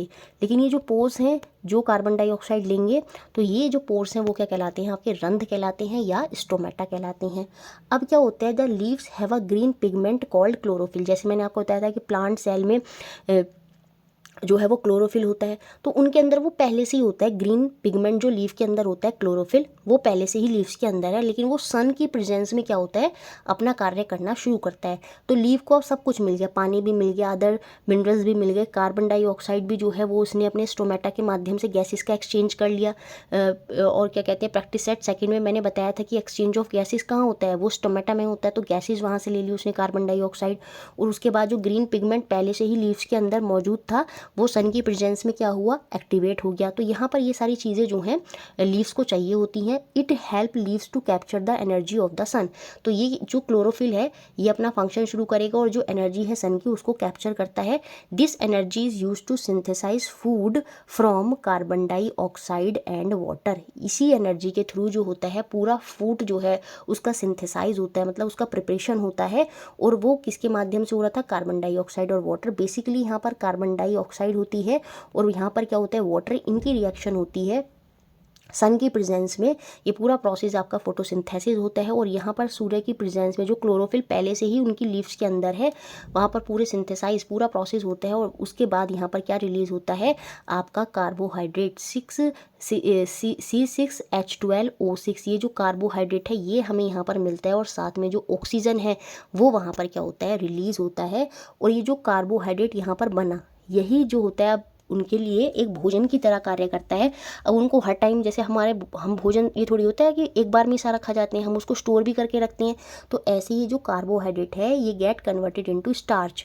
ये जो कार्बोहाइड्रेट है बाद में जो प्लांट्स हैं उनके अंदर किस में कन्वर्ट हो जाता है, ये स्टार्च में जो है वो कन्वर्ट हो जाता है। और ये जो स्टार्च है इसकी प्रेजेंस जो लीव्स में होगी वो क्या इंडिकेट करेगी कि it indicate the occurrence of photosynthesis. It means plant ने क्या करा है, फोटोसिंथेसिस करा है। क्यों? क्योंकि फोटोसिंथेसिस के बाद ही कार्बोहाइड्रेट जो है वहाँ पर प्रोड्यूस हुआ, और ये कार्बोहाइड्रेट बाद में कन्वर्ट हो जाता है किस में, आपका स्टार्च में। तो ये इंपॉर्टेंट है, ये सारे पॉइंट्स आप याद रखेंगे। द स्टार्च ही जो है, ये जो स्टार्च है यही आपकी एक कार्बोहाइड्रेट है, ठीक है। तो ये हर फूड में पाई जाती है। ये जो हम फूड खाते हैं उनमें स्टार्च होता है, जैसे वीट में हो गया स्टार्च है, राइस हो गया, उबला हुआ राइस जो है उसमें क्या है, आपका स्टार्च है। तो ये स्टार्च जो होती है ना, बाद में क्या होता है, हमारी बॉडी में भी जो हमारा सलाइवरी ग्लैंड होता है इस स्टार्च को जो है वो शुगर में कन्वर्ट कर देता है। तो ये प्लांट की बात हो रही है फिलहाल। तो पूरा फोटोसिंथेसिस का प्रोसेस आपको समझ में आ गया कि इस तरह से प्लांट जो है, ये जो ऑटोट्रॉप्स प्लांट हैं, ये किस तरह से अपना न्यूट्रिशन लेते हैं और कैसे ये फोटोसिंथेसिस करते हैं। उसके बाद बात करेंगे एल्गी की। जो शैवाल होता है जो माइक्रो ऑर्गेनिज्म की कैटेगरी में भी आता है, और कभी कभी हम इसे प्लांट में भी कंसिडर करते हैं, क्योंकि ग्रीन कलर के पैचेस होते हैं जो पॉन्ड्स वगैरह में, तालाबों में आपको देखने को मिलेंगे, आपको पौधे जैसे ही प्रतीत होंगे। तो ये क्या करते हैं, ये अपना खाना जो है वो खुद से बनाते हैं बाय फोटोसिंथेसिस। तो याद रखेंगे जो एल्गी होते हैं ये फोटोसिंथेसिस करते हैं और अपना जो खाना होता है वो सेल्फ जो है वो बनाते हैं, ठीक है। There are some plant which do not have chlorophyll. कुछ प्लांट्स ऐसे भी होते हैं जिनमें क्लोरोफिल नहीं होता। They can not synthesize their food. वो अपने फूड को, सीधी सी बात है, फिर सिंथेसाइज नहीं कर पाएंगे, क्योंकि सिंथेसाइजेशन के लिए क्लोरोफिल जो है वो होना मैंडेटरी है। This is a plant called cuscuta. इसे हम अमरबेल भी बोलते हैं। जैसे आप इस डायग्राम में देख सकते हैं, ये पेड़ के ऊपर जो है बेल जो है वो फैली हुई है, ये अमरबेल है, कॉस्कुटा है। It does not have chlorophyll, ठीक है। ये इसके अंदर क्लोरोफिल नहीं होता। It take readymade food from the plant on which it is climbing. जिस प्लांट पर ये क्लाइंब कर रही है उससे क्या करती है, ये रेडीमेड फूड लेती है। और जिस प्लांट पर ये क्लाइंब हुई हुई है, तो वो प्लांट यहाँ पर किसकी तरह वर्क करता है, वो होस्ट की तरह वर्क करता है। ये होस्ट पर डिपेंडेंट होते हैं अपने भोजन के लिए, और वहाँ से ये क्या करते हैं, फूड्स वगैरह जो है वो ले लेते हैं। तो कॉस्कुटा जो अमरबेल है, याद रखेंगे इसमें क्लोरोफिल नहीं होता, इसी वजह से ये ऑटोट्रॉपिक नहीं है। ये दूसरों पर डिपेंडेंट होते हैं, किसी होस्ट पर, पर्टिकुलर होस्ट पर ये जो है डिपेंडेंट होते हैं, ठीक है। Since it deprive the host of valuable nutrient के लिए अगर ये किसी होस्ट पर डिपेंडेंट है, तो यही जो जीव होते हैं, यही जो ऑर्गेनिज्म होते हैं, ये आपके कहलाते हैं पैरासाइट, परजीवी। तो इनमें और भी चीज़ें जाती हैं। बेड बग हो गया आपका, जैसे खटमल बोलते हैं, लीचीज हो गए, कॉस्कुटा हो गया, लाइस हो गई, जू वगैरह, ये सारे के सारे क्या होते हैं, ये पैरासाइट की कैटेगरी में ही आते हैं। ये अपने फूड के लिए क्या होता है, अपने होस्ट पर, जिस पर ये चढ़ जाते हैं उस पर डिपेंडेंट होते हैं। तो ये सारे के सारे क्या होते हैं, पैरासाइट्स होते हैं। उसके बाद दूसरे एक प्लांट आते हैं जिसे हम बोलते हैं इंसेक्टिवोरस प्लांट, ठीक है। जो इंसेक्ट्स खाते हैं, insect eating plant are called insectivorous plant, जिसमें आपका एग्जांपल होता है पिचर प्लांट या वीनस फ्लाई।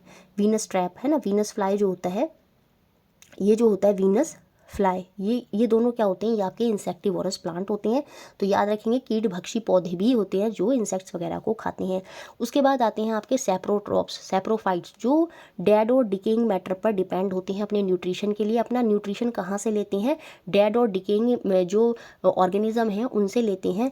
उसमें बेसिकली आपके क्या जाते हैं, फंगाई आ जाते हैं। तो फंगाई क्या होते हैं, वो आपके सैप्रोफाइट्स होते हैं जो डेड और डिकेइंग प्लांट या अदर ऑर्गेनिज्म पर जो है अपने न्यूट्रिशन के लिए डिपेंडेंट होते हैं। इसमें एग्जांपल होंगे आपके ईस्ट, मशरूम, ये सारे के सारे क्या हैं, ये आपके फंगाई हैं। अब देखिए जो राइजोबियम बैक्टीरिया होता है, यहाँ पर बात हो रही है बैक्टीरिया की।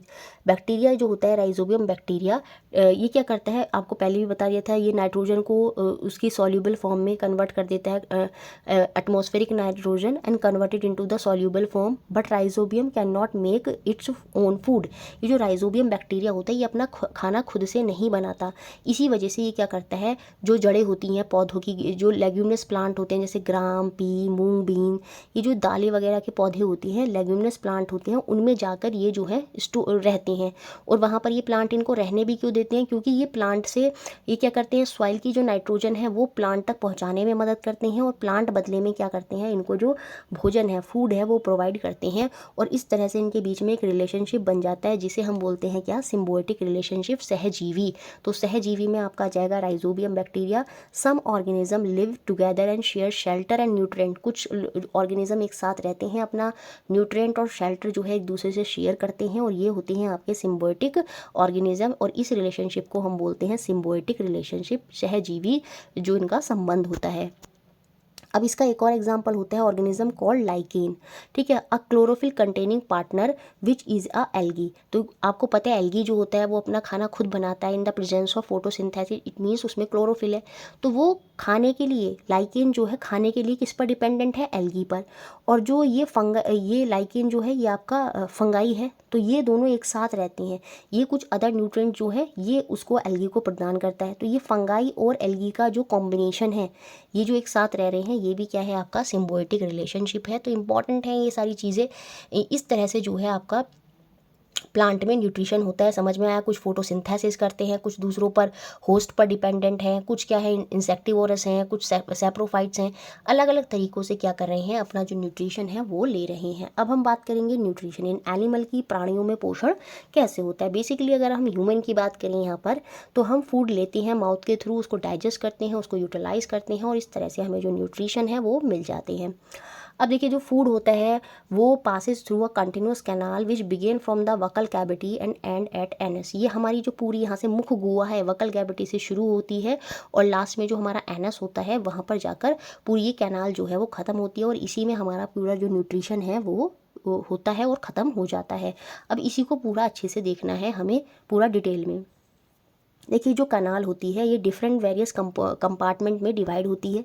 सबसे पहले आ जाती है आपकी वकल कैविटी, ये जो मुख गुहा होती है जिसमें आपका टीथ आ जाएगा, आपकी क्या हो जाएगी, आपकी टंग हो जाएगी। ये सब क्या करते हैं, टीथ जो होंगे आपके खाने को ग्राइंड करने में मदद करेंगे।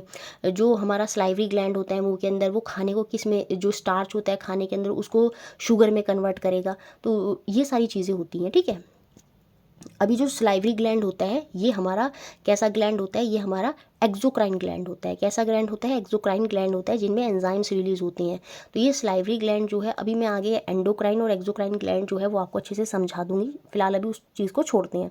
तो वकल कैविटी होती है, फिर हमारा फूड पाइप होता है। ये देखिए जो फूड पाइप है इसे हम ईसोफेगस भी बोलते हैं। उसके बाद हमारा स्टमक आता है, ये देखिए छोटा सा इस तरह से, इस तरह की फॉर्म, ये ऐसे, ये इस तरह की फॉर्म में हमारा ऐसे जो है ये है हमारा स्टमक, और ये स्टमक हो गया। उसके बाद हमारा देखिए ये स्मॉल इंटेस्टाइन आ जाती है, पैनक्रियाज है।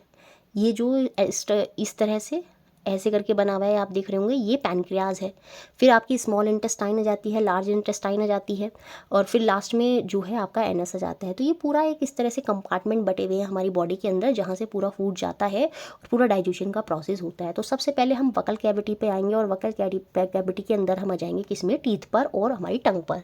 देखिए जो टीथ होते हैं बच्चों के अंदर 20 टीथ होते हैं, और जिसे हम मिल्क टीथ बोलते हैं, वो टूट जाते हैं। फिर परमानेंट टीथ आते हैं एडल्ट के अंदर, जो कि हमारे 32 माने जाते हैं, जिसमें हमारे 4 इंसीजर होते हैं। ठीक है, याद रखेंगे इंसीजर कितने होते हैं, हमारे 4 होते हैं। आगे के जो मोटे वाले 2 दांत ऊपर के और 2 दांत नीचे के, ये हमारे इंसीजर होते हैं। फिर आते हैं कैनाइन।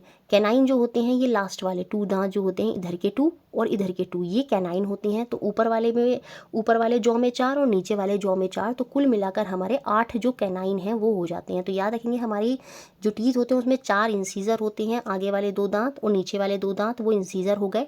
और ये नोकीले वाले जो दांत होते हैं ये हमारे क्या होते हैं, कैनाइन होते हैं, ऊपर 4 नीचे 4। फिर हमारे 8 प्री मोलर होती हैं। ठीक है, यह यहाँ पर देखिए बना हुआ भी है, प्री मोलर 2 इधर के और 2 इधर के, तो ऊपर के 4 और नीचे के 4। तो हमारे जो प्री मोलर होते हैं बेसिकली यहीं पर क्या होता है, ये हमारे खाने को चबाने में, ग्राइंड करने में मदद करते हैं, जो हमारे प्री मोलर होते हैं। और काटने में मदद करते हैं हमारे क्या, इंसीजर। आगे से जैसे सेब वगैरह जो है हम वो आगे के दांतों से काटते हैं, तो काटने में मदद करते हैं इंसीजर। नोकीली चीज़ों को काटने में हमारे कैनाइन मदद करते हैं, चबाने में मदद करते हैं प्रीमोलर। और पीछे की तरफ जो दांत होते हैं ये 3 इधर और 3 इधर, मतलब 6, ऊपर 6 नीचे 6, तो 12 हो गए। तो 12 होते हैं हमारे मोलर। तो ये अच्छे से याद रखेंगे, ये हमारा टीथ का स्ट्रक्चर होता है, और इस तरह से ये टीथ जो है वो डिवाइड होती हैं। अब देखिए डाइजेशन, अब हमने खाना ले लिया, मुंह में खाना ले लिया, खाने में खाना हमने लिया, अभी थोड़ा आगे देखते हैं। तो जो डाइजेशन होता है ये पूरा कॉम्प्लेक्स प्रोसेस होता है। ये केमिकल चेंजेस जो है हमारी बॉडी में पूरा एक केमिकल चेंज होता है। इसमें कभी कभी पूछ लेते हैं डाइजेशन क्या है, फिजिकल चेंज या केमिकल चेंज। तो यहाँ पर खाना अदर सब्सटेंस में कन्वर्ट हो रहा है, केमिकल रिएक्शन हो रही है, तो ये केमिकल चेंज होता है। जिसमें होता है इंजेशन, इंजेशन मतलब खाने को लेना, फूड पाइप के थ्रू वो हमारे स्टमक तक जाता है, तो वो पूरा इंजेशन होता है। फिर डाइजेशन होता है जो हल्का सा आपका स्टमक से शुरू होता है, स्टमक के बाद स्मॉल इंटेस्टाइन है ना, फिर बचा हुआ जो पार्ट रह जाता है अनडाइजेस्टेड वो लार्ज इंटेस्टाइन, तो पूरा डाइजेशन होता है। स्मॉल इंटेस्टाइन में आके ख़त्म हो जाता है डाइजेशन जो होता है हमारा, ठीक है। फिर उसके बाद जो चीज़ें डाइजेशन हुई उनमें कुछ बना है ना, अमीनो एसिड बना, फैटी एसिड बना, ये सारे जो एसिड बनते हैं वो न्यूट्रिएंट्स हैं। वो न्यूट्रिएंट्स जो है हमारी बॉडी जो है एब्जॉर्ब करती है और वो बाद में जाकर हमारे ब्लड में एसिमुलेट हो जाते हैं, ऐसे ब्लड में जो है वो चले जाती हैं और फिर हम को वो सारी चीज़ें मिल जाती हैं। और जो वेस्ट मटेरियल होता है उसका इजेक्शन हो जाता है, वो हमारी बॉडी से बाहर निकल जाता है। तो इस तरह का डाइजेशन का पूरा प्रोसेस हमारी बॉडी में होता है। अब देखिए हमारा माउथ जो होता है उसमें स्लाइवरी ग्लैंड होता है, ठीक है। अभी जो स्लाइवरी ग्लैंड होता है ये आपका एक्सोक्राइन ग्लैंड होता है। इसमें जो होते हैं, जो एक्सोक्राइन ग्लैंड होती हैं उनमें जो होती है नलियाँ होती हैं जो एंजाइम को सीक्रेट करती हैं। तो स्लाइवरी ग्लैंड हमारे माउथ में होता है, ये कुछ जूसेस सीक्रेट करता है ना। जो स्लाइवरी ग्लैंड होता है ये अमाइलिस एंजाइम जो है सीक्रेट करता है। और ये जो अमाइलिस एंजाइम होता है ये हमारे स्टार्च को शुगर जो कि माल्टोज है उसमें कन्वर्ट कर देता है। तो याद रखेंगे जो स्लाइवरी ग्लैंड है उसमें कुछ एंजाइम्स पाए जाते हैं, जैसे अमाइलेज हो गया, लाइपेज हो गया, नहीं लाइपेज नहीं होता, सॉरी अमाइलेज होता है और टाइलिन होता है। अमाइलेज और टाइलिन ये जो है एंजाइम हमारी स्लाइवरी ग्लैंड में पाए जाते हैं। और ये जो स्टार्च हमारे खाने में होता है उस स्टार्च को शुगर में कन्वर्ट कर देते हैं। 4 कॉमन टेस्ट हमारे जो स्वीटी, हमें स्वीट लगता है, सॉल्टी लगता है, सोर लगता है आपका, है ना, सोर हो गया, खट्टा हो गया, बिटर हो गया, कड़वा हो गया, तो ये हमें कहाँ से लगते हैं, हमारे टेस्ट बड से होती हैं। ये पहले माना जाता है, टेस्ट बड वाला कॉन्सेप्ट जो है अब नहीं माना जाता, फिर भी आप याद रखेंगे एनसीईआरटी में दिया है। टेस्ट बड होते हैं तो 4 टेस्ट बड, स्वीट, सॉल्ट, ये आगे पीछे वाले जो हमारी टंग में प्रेजेंट्स होते हैं, जिसकी वजह से हमें जो है वो स्वाद जो है वो महसूस होता है। तो पूरा क्लियर हुआ, पहले खाना गया मुँह में, स्लाइवरी ग्लैंड में जो हमारे कुछ एंजाइम्स पाए जाते हैं जैसे अमाइलेस हो गया, टाइलिन हो गया, तो ये सब क्या करेंगे, खाने का जो स्टार्च है उसको किस में कन्वर्ट कर देती हैं, शुगर, माल्टोज में जो है वो कन्वर्ट कर देती हैं। अब देखिए खाना पहुंचेगा कहाँ, यहाँ से फिर निकलता हुआ आपकी जो नली है, जो आपकी इसोफेगस है, अभी पीछे बताया था, देखिए यहाँ पर फूड पाइप या इसोफेगस, ये देखिए ये आपका फूड पाइप या इसोफेगस, इसके थ्रू ये जो खाना है हमारे स्टमक तक जो है वो पहुँचता है। अब देखिए जो इनर लाइनिंग होती है स्टमक की वो म्यूकस, हाइड्रोक्लोरिक एसिड और कुछ डाइजेस्टिव जूसेस जो होती हैं उनको रिलीज़ करती है और वो खाने के डाइजेशन में मदद करती हैं। ये जो म्यूकस होता है, कभी कभी पूछ लिया जाएगा कि इनर लाइनिंग ऑफ स्टमक क्या सीक्रेट करती है, तो म्यूकस को भी सीक्रेट करती है। ये जो म्यूकस होता है ये प्रोटेक्ट करता है हमारी जो स्टमक की लाइनिंग होती है। ये जो एसिड होता है हाइड्रोक्लोरिक एसिड, देखिए हमारे स्टमक के अंदर एक ग्लैंड होता है जिसे हम बोलते हैं गैस्ट्रिक ग्लैंड, ठीक है। और ये जो डाइजेस्टिव ग्लैंड होते हैं ये भी एक्सोक्राइन ग्लैंड होते हैं, क्योंकि इनमें भी क्या होता है, एंजाइम सीक्रेट होते हैं। तो ये जो गैस्ट्रिक ग्लैंड होता है ये हाइड्रोक्लोरिक एसिड को रिलीज़ करता है और साथ में कुछ एंजाइम जैसे पेप्सिन, रेनिन और लाइपेज, याद रखेंगे पेप्सिन, रेनिन और लाइपेज, ये सारे जो एंजाइम्स हैं वहाँ पर रिलीज़ होते हैं, ये खाने के डाइजेशन में मदद करते हैं। जैसे जो लाइपेज होता है वो फैट के डाइजेशन में मदद करता है, जो रेनिन होता है जो हम दूध वगैरह लेते हैं उनके डाइजेशन में मदद करता है, पेप्सिन जो होता है खाने को अमीनो एसिड में बदलने के प्रोसेस में काम करता है। तो ये सारे डाइजेस्टिव जूसेस वगैरह जो हैं ये हमारे स्टमक में रिलीज़ होते हैं और ये फिर हमारे डाइजेशन में मदद करते हैं। अब ये जो हाइड्रोक्लोरिक एसिड होता है ये क्या करता है, ये बहुत सारे बैक्टीरिया जो हमारी बॉडी में खाने के साथ आए हैं उनको किल करने में मदद करता है and make the medium in the stomach acidic, और जो हमारा खाना है उसको एसिडिक, जो हमारा सॉल्यूशन बेसिक ज़्यादा है तो उसको एसिडिक करने में मदद करता है। अब जो डाइजेस्टिव जूसेस होते हैं जैसे जिसमें मैंने आपको बताया पेप्सिन होगा, बेसिकली क्या होगा, पेप्सिन, ये जो पेप्सिन एंजाइम होता है ये खाने को, ये जो खाना है उसको सिंपलेस्ट फॉर्म में कन्वर्ट करने में मदद करता है, अमीनो एसिड में कन्वर्ट करने की कोशिश जो है वो वहाँ पर शुरू करेगा और कम्प्लीटली जाकर ये जो कन्वर्ट होते हैं सारे के सारे वो आपके स्मॉल इंटेस्टाइन में जाकर कन्वर्ट हो जाते हैं। तो समझ में आया। इसके बाद देखिए स्टमक के बाद हम सीधे आएंगे किस पर, स्मॉल इंटेस्टाइन में, ठीक है। अब स्मॉल इंटेस्टाइन में खाना पहुँचा, कुछ हद तक स्टमक ने काम किया, उसके बाद खाना पहुँच गया आपकी स्मॉल इंटेस्टाइन में। ये हाईली क्वाइल्ड होती है ना, लपेटे कांटेदार होती है, हाईली कॉइल्ड होती है और 7.5 मीटर अप्रॉक्स ये लॉन्ग होती है। याद रखेंगे स्मॉल इंटेस्टाइन, इसको स्मॉल इसलिए नहीं बोल रहे क्योंकि लंबी है, स्मॉल इसको इसलिए बोल रहे हैं क्योंकि इसकी चौड़ाई कम है। ठीक है, तो स्मॉल इंटेस्टाइन जो होती है जो 7.5 मीटर लॉन्ग होगी। It receive the secretion from liver and pancreas. देखिए पैनक्रियाज से भी कुछ एंजाइम्स निकलते हैं। जो लीवर होता है ये भी हमारा एक ऑर्गन भी है और ये ग्लैंड की तरह भी काम करता है और ये हमारा लार्जेस्ट जो है वो ग्लैंड होता है। अब देखिए जो लीवर है वो सीक्रेट करता है किसे, बाइल को, पित्त को। और ये जो पित्त जो है वो टेम्पररी स्टोर होता है आपका कहाँ पर जाकर, गैल ब्लैडर में, पित्ताशय में। अभी जो बाइल निकला ये गैल ब्लैडर में क्यों स्टोर होता है, जब खाना स्मॉल इंटेस्टाइन में पहुंचता है तो वहाँ पर फैट के डाइजेशन के लिए ये जो बाइल जूस है वो वहाँ पर स्मॉल इंटेस्टाइन के अंदर जाता है। ये इंपॉर्टेंट है, ऐसे याद रखेंगे इसको। तो ये क्या कर रहा है स्मॉल इंटेस्टाइन, ये रिसीव कर रहा है secretion from the liver. Basically liver से जो बाइल जूस आ रहा है उसको रिसीव कर रहा है और कुछ जो पैनक्रियाज से भी एंजाइम आ रहे हैं उनको रिसीव करता है ताकि फूड का कंप्लीट डाइजेशन हो जाए। Beside it's wall also secret juices. Small intestine की जो वॉल होती है ये भी कुछ जो जूसेस है वो सीक्रेट करती है। अब यहाँ पर लीवर वाला पूरा कॉन्सेप्ट दे दिया है। यकृत जिसको हम हिंदी में बोलते हैं ये हमारा लार्जेस्ट ग्लैंड होता है बॉडी में। ये बाइल जूस सीक्रेट करता है जो टेम्पररी हमारा गैल ब्लैडर में जाके स्टोर होता है।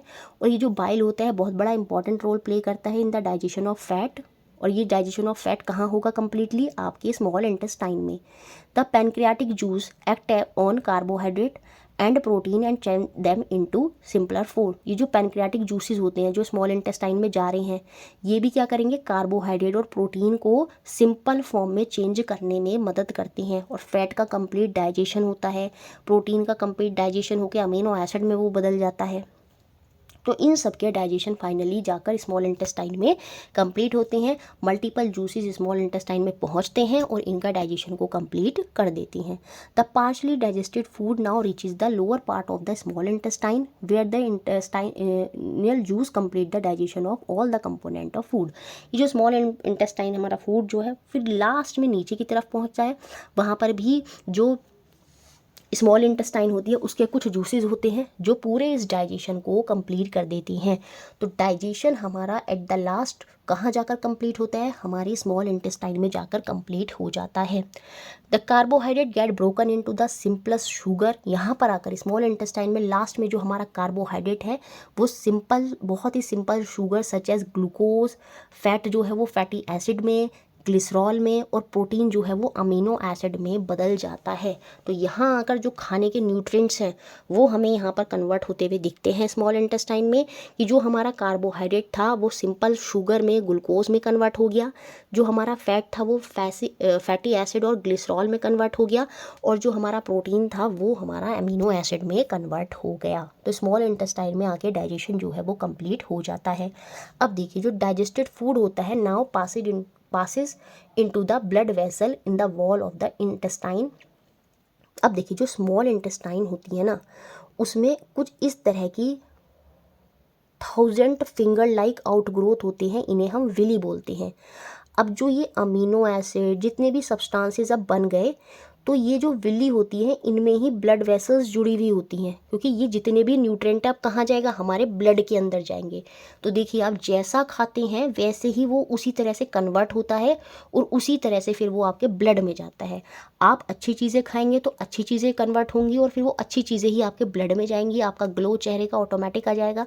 तो बेसिकली इन सब को देखने के बाद आपको ये सोचना चाहिए कि हमें हेल्दी फूड ही खाना चाहिए, क्योंकि वो हेल्दी ही सब्सटेंस फिर हमारे ब्लड में क्या होती हैं, सप्लाई होती हैं। तो स्मॉल इंटेस्टाइन में नीचे की तरफ ये फिंगर लाइक आउटग्रोथ होते हैं जिन्हें हम विली बोलते हैं। इन विली में ही आपकी ब्लड वेसल्स जो हैं वो अटैच होती हैं। ठीक है, याद रखेंगे। तो यहाँ पर यही बात लिखी है। अब ये जो डाइजेस्टेड फूड है इसको ये जो विली हैं, ये जो वेसल्स हैं ये एब्जॉर्ब करेंगी, है ना, फिर बाद में जाके वो सप्लाई होगा। तो ये जो एब्जॉर्प्शन वाला प्रोसेस है, देखिए सबसे पहले इजेशन हुआ, फिर डाइजेशन हुआ, फिर आपका क्या हुआ, एब्जॉर्प्शन हुआ।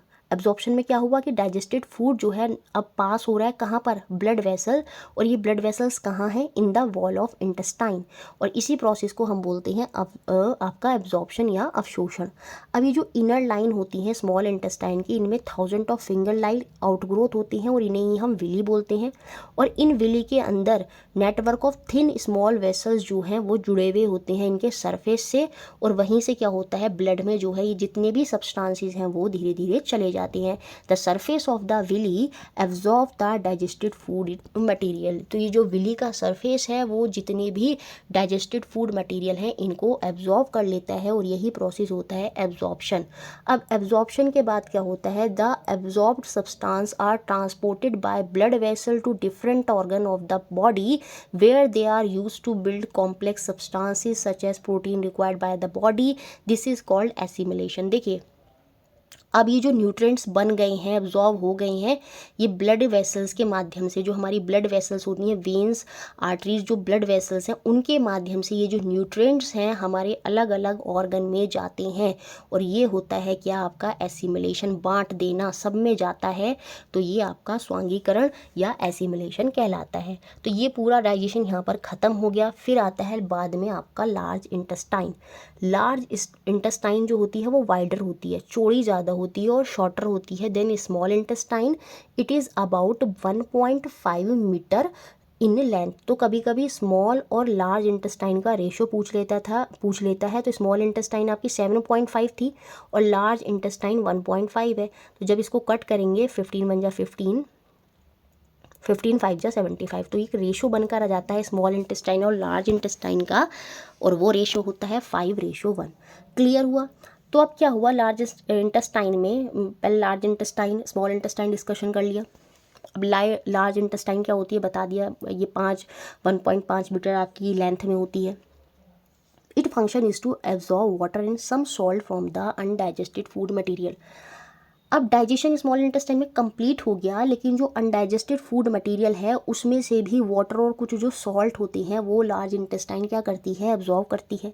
उसके बाद जो रिमेनिंग वेस्ट है वो हमारे रेक्टम में पास हो जाता है सेमी सॉलिड की फॉर्म में, और यही सेमी सॉलिड जो है आपकी एनएस के माध्यम से टाइम पर बॉडी से बाहर निकलता रहता है, और इसे हम बोलते हैं क्या, इजेशन, निष्कासन, बाहर निकलना।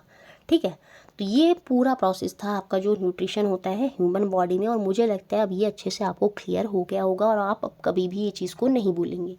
अब एक टर्म आता है रूमिनेंट, इनके बारे में भी डिस्कशन हुआ है। देखिए कुछ ग्रेजिंग एनिमल होते हैं जैसे काऊ, बफेलो, डियर, ये आपके रूमिनेंट होते हैं, रोमथी होते हैं। ये क्या होते हैं, ये खाने को अपने अंदर लेते हैं, अपने पेट के अंदर स्टोर कर लेते हैं, पार्शली वहाँ पर डाइजेशन करते हैं, फिर उस फूड को वापस मुंह में लाते हैं और चबाते रहते हैं, और फिर बाद में कंप्लीट डाइजेशन करते हैं। तो ये होते हैं आपके रूमिनेंट। जैसे आपने बफेलो को देखा होगा, वो बैठा बैठा भी मुँह चलाता रहता है। तो बेसिकली वो क्या कर लेते हैं, जो आधा पचा हुआ भोजन है उसको वापस अपने स्टमक से लाते हैं और फिर उसको कंप्लीट डाइजेशन करते हैं। दे क्विकली इंजेस्ट कर लेते हैं, स्वेलो कर लेते हैं लीफी फूड को, और अपने स्टोर कर लेते हैं स्टमक के पार्ट में, रूमन में, है ना, स्टमक का एक पार्ट है रूमन, वहाँ पर इसको स्टोर कर लेते हैं। लेटर क्या करते हैं, ये फूड को रिटर्न करते हैं अपने माउथ में, और फिर इसको पीसफुली क्या करते हैं, च्यू करते हैं। तो ये सारे क्या होते हैं, आपके रूमिनेंट्स होते हैं। आपसे पूछ सकता है रूमिनेंट क्या है, उनके एग्जाम्पल क्या है। उसके बाद अमीबा के बारे में भी याद रखेंगे। अमीबा जो है वो इंजेक्ट करता है अपने फूड को with the help of its false feet, जिसे हम सूडोपोडिया बोलते हैं, जिसे हमने पीछे समझा था। तो सूडोपोडिया से क्या करता है, भोजन को, फूड को अपने अंदर लेता है। Food is digested in the food vacuoles, इसके जो खाद्य धानी होती है, फूड वैक्यूल होता है, वहाँ पर जाकर ये जो अमीबा है फूड का डाइजेशन करता है। तो इस तरह से हमने ये nutrition in plant, nutrition in animal जो है अच्छे से देखा। देखिए इसके बाद हम लास्ट में इंपॉर्टेंट टर्म देख लेते हैं कि एक्सोक्राइन ग्लैंड कौन से होते हैं और एंडोक्राइन ग्लैंड कौन से होती हैं। देखिए एक्सोक्राइन ग्लैंड वो होती हैं जिनमें डक्ट्स होती हैं, जिनमें नलियाँ होती हैं, और उनके थ्रू वो क्या करती हैं, एंजाइम्स को रिलीज़ करती हैं, तो वो आपकी एक्सोक्राइन होती हैं। एंडोक्राइन वो होती हैं जो डक्ट लेस होती हैं, जिनमें नलिकाएँ होती हैं वो नहीं होती, वो नलिका विहीन होती हैं, वो डक्ट लेस होती हैं, और वो हार्मोन का सिक्रेशन करती हैं डायरेक्ट हमारे ब्लड में, तो वो होते हैं आपके एंडोक्राइन ग्लैंड। एंडो मतलब अंदर जो डायरेक्ट, जिनमें डक्ट नहीं है और सीधे ब्लड में जो है आपके हार्मोन्स को सीक्रेट करा रही हैं, तो वो आपके एंडोक्राइन है। जिनमें डक्ट्स होती हैं, नलिकाएं होती हैं, वो आपके एक्सोक्राइन ग्लैंड होती हैं। और जो एक्सोक्राइन ग्लैंड होती हैं उसमें आप क्या जाते हैं, स्वेट ग्लैंड। तो हमारी बॉडी में बहुत सारे ग्लैंड होते हैं, तो स्वेट ग्लैंड जो हमारे स्वेट निकलता है, ऑयल ग्लैंड हो गया, स्लाइवरी ग्लैंड हो गया। मैंने आपको बताया था ना, स्लाइवरी ग्लैंड में हमारे एंजाइम रिलीज होते हैं। कौन कौन से एंजाइम्स, अमाइलस, टाइलिन। तो ये वो एंजाइम्स हैं जो स्लाइवरी ग्लैंड के थ्रू रिलीज होते हैं और इनमें डक्ट्स होती हैं, तो ये आपके एक्सोक्राइन ग्लैंड होती हैं। ठीक है, अब यहाँ पर साफ साफ लिखा है release there secretion through duct. जो अपना सीक्रेशन, जो एंजाइम का सीक्रेशन है अपने डक्ट के थ्रू करती हैं, वो आपके एक्सोक्राइन ग्लैंड होती हैं। तो एग्जाम्पल याद रखनी है, स्लाइवरी ग्लैंड हो गया आपका, स्वेट ग्लैंड हो गया, साथ में digestive gland in the stomach. जो डाइजेस्टिव ग्लैंड होते हैं जैसे गैस्ट्रिक ग्लैंड, गैस्ट्रिक ग्लैंड में मैंने आपको बताया था ना, देखिए यहाँ पर लिखा है स्टमक गैस्ट्रिक ग्लैंड, जठर ग्रंथि जिसको बोलते हैं। गैस्ट्रिक ग्लैंड के अंदर कौन कौन से एंजाइम होते हैं, पैप्सिन, पैप्सिन हो गया जो अमीनो एसिड में कन्वर्ट कर रहा है, रेनिन जो हो गया जो मिल्क के डाइजेशन में, लाइपेज हो गया फैट के डाइजेशन में। तो ये एंजाइम्स रिलीज होती हैं, तो ये क्या है, एक्सोक्राइन ग्लैंड है। सेम ऐसे ही पैनक्रियाज, देखिए पैनक्रियाज जो होता है ये एक ऐसा ग्लैंड है, ये एक ऐसी ग्रंथि है जो एंडोक्राइन भी होती है और एक्सोक्राइन भी होती है, याद रखेंगे। तो इसमें आइसलेट ऑफ लैंगरहैंस होते हैं। कभी कभी पूछ लिया जाता है कि ये आइसलेट ऑफ लैंगरहैंस कहाँ होते हैं, ये पैनक्रियाज में होती हैं, अग्नाशय में होते हैं। ये वो रीज़न होता है पैनक्रियाज का that contain it endocrine cell. तो वो एरिया जहाँ पर एंडोक्राइन सेल होते हैं उसे हम आइलेट ऑफ लैंगरहैंस बोलते हैं, जो कि पैनक्रियाज में होता है। तो पैनक्रियाज एंडोक्राइन ग्लैंड भी है और हमारा एक्सोक्राइन ग्लैंड भी है। तो गैस्ट्रिक ग्लैंड जो स्टमक के अंदर है वो सारे के सारे, और साथ में आपके स्वेट ग्लैंड, स्लाइवरी ग्लैंड, ये सारे के सारे आपके एक्सोक्राइन ग्लैंड होते हैं, जिनमें डक्ट होती है जो अपने सीक्रेशन जो है नलिकाओं के थ्रू, डक्ट के थ्रू जो है अपना सीक्रेशन करते हैं। उसके बाद एंडोक्राइन ग्लैंड जो होते हैं ये सीधे रुधिर प्रवाह में निषेचित होती हैं, release hormone directly into the blood stream. ये जो एंडोक्राइन ग्लैंड होते हैं ये हार्मोन रिलीज करते हैं और ये हार्मोन को डायरेक्टली हमारे जो ब्लड स्ट्रीम है वहाँ पर इसको रिलीज करते हैं। इनमें डक्ट नहीं होती, ये डक्टलेस ग्लैंड भी कहलाते हैं। अब इनके एग्जाम्पल आप याद रखेंगे, पिट्यूटरी ग्लैंड। ये जो पिट्यूटरी ग्लैंड होता है हमारे ब्रेन के अंदर, ये बहुत सारे हार्मोन जो है वो रिलीज़ करता है और ये हमारा एंडोक्राइन ग्लैंड होता है। ठीक है, थायराइड स्टिमुलेटिंग हार्मोन जिसे हम TSH बोलते हैं, थायराइड स्टिमुलेटिंग हार्मोन जो है, ये जो थायराइड ग्लैंड से हार्मोन निकलेगा, कितना निकलेगा, उसको स्टिमुलेट करने का काम ये पिट्यूटरी ग्लैंड करता है। ल्यूटेनाइजिंग हार्मोन, ग्रोथ हार्मोन, ये सारे के सारे हार्मोन जो है पिट्यूटरी ग्लैंड से रिलीज़ होते हैं।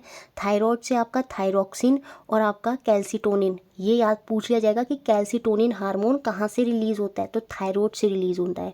थायराइड ग्लैंड कौन सा ग्लैंड है, कौन सी कैटेगरी में आता है, ये आपका एंडोक्राइन ग्लैंड है, क्योंकि इसमें क्या होते हैं, डक्ट नहीं होते। तो याद रखेंगे थायराइड ग्लैंड, पिट्यूटरी ग्लैंड और साथ में आपका एड्रिनल ग्लैंड, जिसमें आपके एड्रिनल हार्मोन जो है वो रिलीज़ होते हैं। किडनी, दोनों किडनी के ऊपर होता है आपका एड्रिनल ग्लैंड जो एड्रिनल हार्मोन को रिलीज़ करता है। लीवर, याद रखेंगे जो हमारा लीवर होता है वो भी आपका एंडोक्राइन ग्लैंड ही होता है, इंपॉर्टेंट है। और ये लार्जेस्ट ग्लैंड कहलाता है आपका जो लीवर होता है, और ये एंडोक्राइन की कैटेगरी में आता है। तो याद रखेंगे पिट्यूटरी ग्लैंड कौन कौन से हार्मोन रिलीज करती है ये भी मैंने बता दिया। थायराइड में थायरोक्सिन और कैल्सिटोनिन ये सारे हार्मोन्स होते हैं, और जो एक्सोक्राइन होते हैं उनमें एंजाइम्स रिलीज होते हैं। तो पूरा अच्छे से ये आपको अब समझ में आ गया होगा। इसके बाद अब हम देखेंगे रेस्पिरेशन और ट्रांसपोर्टेशन जो होता है प्लांट और एनिमल में। देखिए रेस्पिरेशन, खाना आपने लिया, उसको डाइजेस्ट कर लिया, वो ब्लड में भी चला गया। अब उससे जो खाने में ग्लूकोज था, आपने देखा था जो कार्बोहाइड्रेट था वो किस में बदल गया था, स्मॉल इंटेस्टाइन में ग्लूकोज में बदल गया था। अब उस ग्लूकोज से जो हमें एनर्जी मिलेगी वो रेस्पिरेशन के थ्रू मिलती है। The stored energy in the food is released during respiration. जब हम रेस्पिरेशन करते हैं तो वो जो स्टोर्ड एनर्जी है फूड के अंदर, जो हमारा फूड ग्लूकोज में बदल गया है, उस ग्लूकोज से जो हमें एनर्जी मिलती है वो हमें रेस्पिरेशन के थ्रू मिलती है। जैसे आप डायग्राम में देखेंगे, ग्लूकोज जब हमारा ऑक्सीजन के साथ में रिएक्शन करा तो वहाँ पर क्या रिलीज़ हुआ, कार्बन डाइऑक्साइड, जल और ऊर्जा। ये जो ऊर्जा, जो एनर्जी है वो हमें वहाँ पर मिल गई। तो इम्पॉर्टेंट है, याद रखिए ग्लूकोज से जो हमें एनर्जी मिलेगी वो हमें रेस्पिरेशन के थ्रू मिलेगी, और ये रेस्पिरेशन हमारे लंग्स के थ्रू जो है पूरा प्रोसेस यहाँ पर होता है। और जब भी ग्लूकोज में हम बिना ऑक्सीजन के उपयोग के अगर हम रेस्पिरेशन कर रहे हैं, मतलब ऑक्सीजन नहीं है, और अगर आप रेस्पिरेशन करेंगे तो उस केस में अल्कोहल, कार्बन डाइऑक्साइड और एनर्जी जो है वहाँ पर रिलीज़ होती है। तो ग्लूकोज उस केस में आपके अल्कोहल में जो है वो कन्वर्ट होता है, ठीक है। और वो ग्लूकोज जो है आपका कैसा, इस तरह का जो रेस्पिरेशन है वो कैसा कहलाता है, वो आपका अनएरोबिक रेस्पिरेशन कहलाता है। सेम ऐसे ही जो हमारी मसल्स में क्रैम्प आने लगते हैं, उस केस में क्या हो, जैसे आप सीढ़ियों पर बार बार ऊपर नीचे चढ़ेंगे तो सांस लेने में दिक्कत होगी, इट मीन्स ऑक्सीजन नहीं जा रही है। ऑक्सीजन नहीं जा रही है तो ऑक्सीजन की उपस्थिति नहीं है, वो अनुपस्थित है। तो उस केस में आपका बॉडी में जो रिएक्शन होगी ग्लूकोज की, उस केस में वो लैक्टिक एसिड में और एनर्जी में कन्वर्ट हो जाता है। और वो लैक्टिक एसिड बनने की वजह से ही आपकी बॉडी में जो मसल्स हैं वहाँ पर क्रैम्प जो है वो आते हैं। तो क्लियर हुई काफ़ी सारी चीज़ें। So all the living organism respire, हम रेस्पायर क्यों करते हैं, to get energy from the food. वो जो ग्लूकोज है उससे एनर्जी लेने के लिए हम क्या करते हैं, रेस्पिरेशन करते हैं। दो तरह की रेस्पिरेशन होती हैं। एरोबिक रेस्पिरेशन में फूड जो कि ग्लूकोज में बदल गया है, उसमें क्या होता है, जब ऑक्सीजन की प्रेजेंस में ग्लूकोज जो है रिएक्शन करता है ऑक्सीजन की प्रेजेंस में, और उस केस में हमें कार्बन डाइऑक्साइड, वाटर और एनर्जी जो है वहाँ पर रिलीज होती है। तो वो आपका एरोबिक रेस्पिरेशन है जो ऑक्सीजन की प्रेजेंस में होता है। और अनएरोबिक रेस्पिरेशन जो है वो कब होता है, even in the absence of oxygen, याद रखेंगे। और ये हमारा अनएरोबिक रेस्पिरेशन हमें ईस्ट में देखने को मिलता है। जो ईस्ट होता है तभी तो वो क्या करता है, अल्कोहल में उसको कन्वर्ट कर देता है, क्योंकि वो वहाँ पर अनएरोबिक रेस्पिरेशन करता है। कभी कभी ह्यूमन में जब हम खूब सारा वर्क कर रहे होते हैं during exercise to fulfil the demand of energy, तो उस केस में भी हम अनएरोबिक रेस्पिरेशन करने लगते हैं। तभी हम बोलते हैं कि हमें लंबे लंबे सांस लेने चाहिए ताकि ज़्यादा से ज़्यादा ऑक्सीजन के ग्लूकोज से रिएक्शन हो और ज़्यादा से ज़्यादा अच्छी एनर्जी जो है वो हमको वहाँ पर मिल जाए। ऑक्सीजन नहीं होगा तो हम अनएरोबिक रेस्पिरेशन करेंगे, जिससे क्या होगा, वो लैक्टिक एसिड में कन्वर्ट होगा और हमें जो है मसल्स क्रैम्प जो है वो देखने को मिलेंगे, क्योंकि हमारा जो ग्लूकोज है वो लैक्टिक एसिड में कन्वर्ट हो गया है। और लैक्टिक एसिड और कार्बन डाइऑक्साइड और वाटर में वहाँ कन्वर्ट होता है, जिससे क्या होता है, आपको मसल्स के जो क्रैम्प्स हैं वो देखने को मिलते हैं।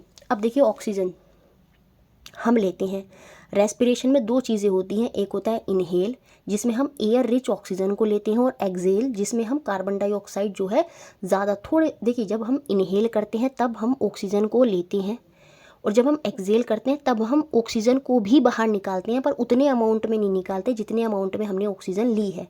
तो इसलिए हम ये बोल देते हैं कि एक्सेल करते समय एयर जो रिच होती है उसमें कार्बन डाइऑक्साइड जो है वो बढ़ जाती है, जितनी हमने ली होती है उससे ज़्यादा कार्बन डाइऑक्साइड जो है हम एक्सेल के समय जो है वो रिलीज़ करते हैं। अब देखिए, number of time a person breath in a minute is called breathing rate. जितने ब्रीथ वो 1 मिनट में कर रहा है वो ब्रीथिंग रेट होता है, श्वसन दर होती है। ऑन एन एवरेज जो एडल्ट ह्यूमन है वो ब्रीथ करता है 15 to 80 time in a minute. लेकिन जब हम हैवी एक्सरसाइजेस कर रहे होती हैं तो उस समय जो हमारा ब्रीथिंग रेट है वो 25 टाइम पर मिनट हो जाता है। अब यहाँ पर हम ब्रीथिंग का पूरा जो हमारा रेस्पिरेशन है उसको समझने की कोशिश करेंगे। देखिए, ये फूड पाइप होता है और ये यहाँ पर होता है ये ट्रैकिया, ठीक है, ट्रैकिया। तो ये दोनों अलग अलग पाइप होते हैं, इनको यहाँ पर अलग करता है कौन, लैरिंक्स। लैरिंक्स जो होता है कंठ है ना, यहाँ से ये दोनों पाइप जो हैं वो अलग हो जाती हैं, ठीक है। ट्रैकिया जो है वो हमारा क्या करती है, ऑक्सीजन को लेके जाती है हमारे लंग्स तक। बेसिकली जो एयर हम ले रहे हैं, इनहेल कर रहे हैं, उसको लंग्स तक ले जाने का काम करेगी ट्रैकिया। फूड पाइप अलग हो जाता है, ट्रैकिया यहाँ पर अलग हो जाती है लैरिंग्स पे, ठीक है। लैरिंग्स मतलब कंठ पे।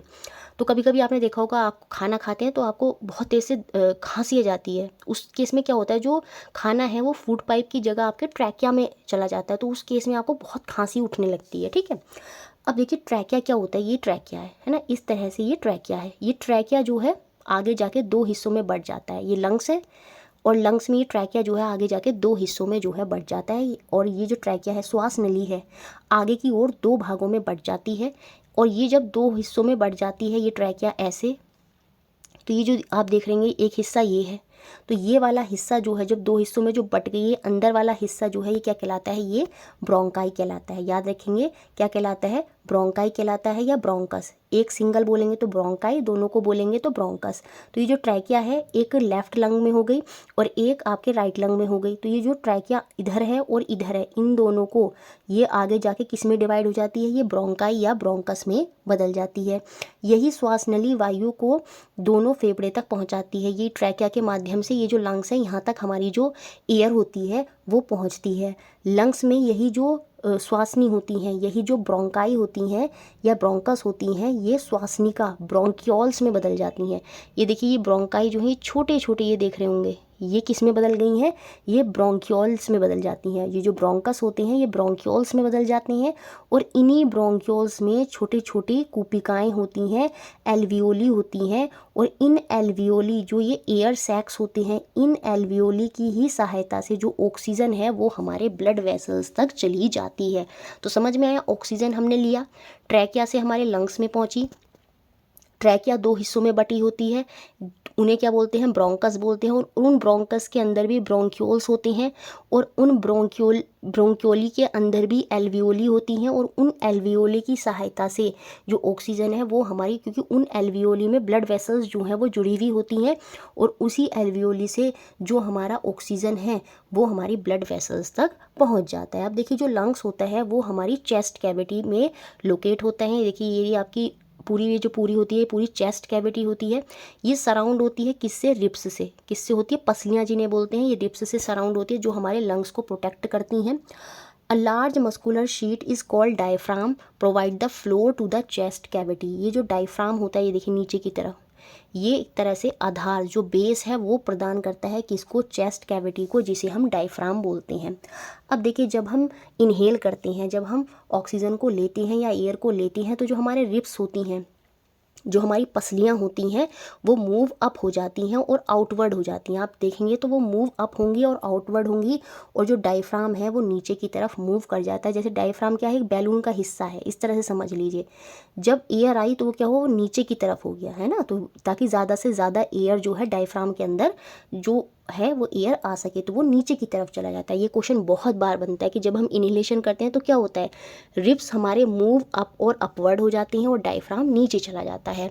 और एक्सहेलेशन के समय क्या होता है, जब हम एक्सहेल करते हैं तो रिब्स हमारे डाउनवर्ड मूव हो जाते हैं और इनवर्ड हो जाते हैं और डायफ्राम जो है वो फिर से अपनी पोजीशन पर वापस जो है वो आ जाता है। तो ये भी याद आप अच्छे से रखेंगे। और यहाँ पर देखिए लिखा भी है, percentage of oxygen and carbon dioxide जो हम इनहेल करते हैं और एक्सहेल करते हैं। देखिए इनहेलेशन के समय 21% ऑक्सीजन होती है, लेकिन जब हम एक्सहेल कर रहे होती हैं उस समय ये ऑक्सीजन कम हो जाती है, 16.4 हो जाती है। लेकिन ऑक्सीजन तब भी जा रही है, लेकिन वो कम हो गई। लंग्स ने क्या करा, देखिए जब हमने इनहेल करा तो उस समय कार्बन डाइऑक्साइड कितनी थी, 0.04% थी। लेकिन बाद में जब हम एक्सहेल कर रहे हैं तो कार्बन डाइऑक्साइड कितनी हो गई है, 4.4% हो गई है। तो इसलिए हम कहते हैं हम ऑक्सीजन वाली एयर ज़्यादा लेते हैं और जब बाहर जाती है, क्योंकि जिस समय हमने ऑक्सीजन ली तो 21% ऑक्सीजन थी, उसमें 0.04% कार्बन डाइऑक्साइड थी। लेकिन जब हमने एक्सहेल करा तो ऑक्सीजन हमारी 16.4 हुई और कार्बन डाइऑक्साइड हमारी 4.4% में जो है वो एक्सहेल हुई। अब देखिए कॉकरोच वगैरह जो होते हैं, अदर ऑर्गेनिज्म की बात करें तो उनमें स्मॉल ओपनिंग होती है उनकी साइड में बॉडी की, जिसे हम स्पाइरिकल्स बोलते हैं। तो कभी कभी क्वेश्चन बनता है कि कॉकरोच किसकी सहायता से जो है अपना रेस्पिरेशन करते हैं, तो वो अपने स्पाइरिकल्स की सहायता से रेस्पिरेशन करते हैं। In insect there is a network of air tubes for the exchange of gases. Insects वगैरह जो होते हैं उनमें जो एयर ट्यूब के नेटवर्क्स होते हैं जिससे वो गैसेस का एक्सचेंज करते हैं, जिसे हम ट्रैकिया बोलते हैं। याद रखेंगे क्या बोलते हैं, ट्रैकिया बोलते हैं। तो क्वेश्चन बनेगा इंसेक्ट्स में रेस्पिरेशन किसके थ्रू होता है, उनके ट्रैकिया के थ्रू होता है। जो फ्रॉग होता है और अर्थवार्म होते हैं वो अपनी स्किन और लंग्स के थ्रू। देखिए जो अर्थवार्म होता है वो अपनी मॉइस्ट स्किन के थ्रू रेस्पिरेशन करता है। फ्रॉग जो होता है जब वो लैंड में होता है तो वो अपने लंग से एक्सहेल करता है, और जब वो वाटर में होता है तो वो अपनी स्किन से एक्सहेल करता है। ये बात है, इंपॉर्टेंट है, याद रखेंगे। अब जो फिश होती हैं वो अपने क्लोम या गिल जो उनमें पाए जाते हैं उनकी सहायता से क्या करती हैं, अपना रेस्पिरेशन जो है वो करती हैं। क्लोम वाटर में घुली ऑक्सीजन का उपयोग करके उनकी क्लोम जो होते हैं वाटर में घुली ऑक्सीजन का उपयोग करने में उनकी सहायता करते हैं। Absorb dissolve oxygen from water, जो वाटर में डिजॉल्व ऑक्सीजन है उसको लेने में मदद करते हैं उनके क्लोम या गिल, जिसकी सहायता से क्या करती हैं, फिश जो है वो रेस्पिरेशन करती हैं। तो याद रखेंगे cockroach spherical, insect trachea, frog जो होगा लंग और स्किन दोनों, अर्थवर्म स्किन, फिश गिल। तो इस तरह से ये मैच द फ्लोइंग में भी आपसे पूछ लिए जाएंगे। तो ये सारी चीज़ें आपको अच्छे से क्लियर हो गई। देखिए रेस्पिरेशन हमने अच्छे से देखा, अब हम देखेंगे ट्रांसपोर्टेशन। जैसे हमने ब्लड वगैरह के बारे में देखा था, उनको हमें डिटेल में देखना होगा। देखिए ट्रांसपोर्टेशन क्या होता है, जब एक सब्सटेंस दूसरे सब्सटेंस तक पहुंचता है तो वो पूरा क्या है, ट्रांसपोर्टेशन ही तो है। प्लांट एंड एनिमल में क्या होता है, सब्सटेंसेस को उनके डिफरेंट पार्ट तक पहुँचाने के लिए क्या होता है, ट्रांसपोर्टेशन होता है, परिवहन होता है। और उसमें क्या आता है, हमारा सर्कुलेटरी सिस्टम आता है, क्योंकि जो हार्ट होता है वो ब्लड को पंप करता है और ब्लड ही क्या करता है, डिफरेंट न्यूट्रिएंट्स को डिफरेंट पार्ट तक पहुंचाने का काम करता है। तो चलिए जो सर्कुलेटरी सिस्टम है उसको किसने बताया था, उसको विलियम हार्वे ने बताया था, ये भी आप याद रखेंगे। और इसमें हम सबसे पहले पढ़ेंगे ब्लड, फिर हम देखेंगे इसमें हार्ट, ये सारा जो रोल होता है, फिर हम किडनी का रोल देखेंगे। ये सारी चीज़ें हमें यहाँ पर देखनी होंगी। और प्लांट्स में ट्रांसपोर्टेशन कैसे होता है वो सारा चीज़ें भी हम देखेंगे। देखिए ब्लड जो होता है, through blood vessels it carry, जो ब्लड है वो हमारे कहाँ से जाता है, वो हमारी ब्लड वेसल्स से जाता है, रक्त वाहिनियों से जाता है। और ये क्या करता है, it carries digested food from the small intestine to other part of the body. जैसे मैंने पीछे बताया था, जो स्मॉल इंटेस्टाइन में डाइजेस्टेड फूड किस में कन्वर्ट हो गया था, अमीनो एसिड, फैटी एसिड, उन सबको, वो जो न्यूट्रिएंट्स हैं उन सबको डिफरेंट पार्ट तक पहुँचाने का काम जो है वो ब्लड करता है। किसके थ्रू, ब्लड वेसल्स के थ्रू। इट कैरीज, अब ऑक्सीजन में जैसे मैं बताया था, एल्वियोली के अंदर भी क्या होती हैं, आपकी ब्लड वेसल्स होती हैं, तो वो ऑक्सीजन को डिफरेंट पार्ट तक पहुंचाने में भी जो है वो मदद करता है आपका जो ब्लड होता है। It carries oxygen from the lungs to the cell of the body, जो लंग्स है एल्वियोली के माध्यम से जो ऑक्सीजन था वो उसको ले जाने का काम करता है to the part of the body. It also transport waste for removal from the body, जब ब्लड जो है किडनी तक पहुंचता है तो उसमें भी जो अनवेस्टेड मटेरियल है उसको किडनी तक पहुंचाने का काम भी जो है वो क्या करता है, वो हमारा ब्लड करता है। तो क्लियर हुआ, ब्लड जो है वो इसीलिए हम उसको ट्रांसपोर्टेशन में कंसिडर करते हैं। ब्लड इज़ अ लिक्विड, है ना, लिक्विड है, which has cell of various kind suspended it in, उसमें जो सेल होते हैं, डिफरेंट सेल जो होते हैं उसमें सस्पेंड होते हैं, लटके हुए होते हैं, सस्पेंडेड होते हैं। जैसे एयर में जो डस्ट पार्टिकल होते हैं वो सस्पेंड होते हैं, सेम ऐसे ब्लड क्या है, एक लिक्विड है जिसमें जो सेल्स हैं वेरियस काइंड के वो उसमें सस्पेंड हुए हुए होते हैं। द फ्लूइड, जो फ्लूइड पार्ट होता है ब्लड का उसे हम प्लाज्मा कहते हैं, और ये अप्रॉक्स 55% होता है। ब्लड के अंदर रेड ब्लड सेल्स होते हैं, आरबीसी होते हैं, जो अप्रॉक्स 45% होते हैं, which contain a red pigment, जिसे हम क्या बोलते हैं, हीमोग्लोबिन बोलते हैं। ठीक, it will difficult to provide oxygen efficiency to all the cell of the body without haemoglobin, अगर हीमोग्लोबिन नहीं होगा तो ऑक्सीजन जो है वो इफ़िशिएंटली डिफरेंट सेल तक जो है बॉडी के वो नहीं पहुंच पाएगा। तो ब्लड के अंदर जो हीमोग्लोबिन है वो ऑक्सीजन की सप्लाई में बहुत बड़ा रोल प्ले करता है, जो डिफरेंट पार्ट तक जाते हैं। The presence of haemoglobin make blood red appear, अभी पूछा जाएगा जो ब्लड है रेड है किसकी प्रेजेंस की वजह से, हीमोग्लोबिन की जो है प्रेजेंस की वजह से जो है वो ब्लड जो है वो रेड अपीयर होता है। तो ये आरबीसी हो गया, क्योंकि ब्लड जो है 3 कंपोनेंट में ही बट जाता है। एक होता है आपका प्लाज्मा जो 55% फ्लूइड पार्ट है, जो येलो पार्ट होता है ब्लड का, उसके बाद आरबीसी और डब्ल्यूबीसी। ब्लड में, क्योंकि मैंने बताया ब्लड क्या है आपका लिक्विड है, तो लिक्विड पार्ट हो गया आपका प्लाज्मा, उसमें जो सेल वगैरह सस्पेंडेड है वो हो गए आरबीसी और WBC. The blood also has white blood cell, जो मैंने बताया था जो अपनी शेप चेंज करते हैं, वो लेस देन 1% होती हैं। वो फाइट अगेन जर्म से फाइट करने में, जो हमारी बॉडी के अंदर एंटर कर रहे होते हैं उन जर्म से फाइट करने में जो डब्ल्यूबीसी होती हैं वो मदद करती हैं। फिर उसके अलावा ब्लड में एक और पार्ट होता है जिसे हम बोलते हैं क्या, platelets. The clot is formed because of the presence of another type of cell in the blood, that is platelets.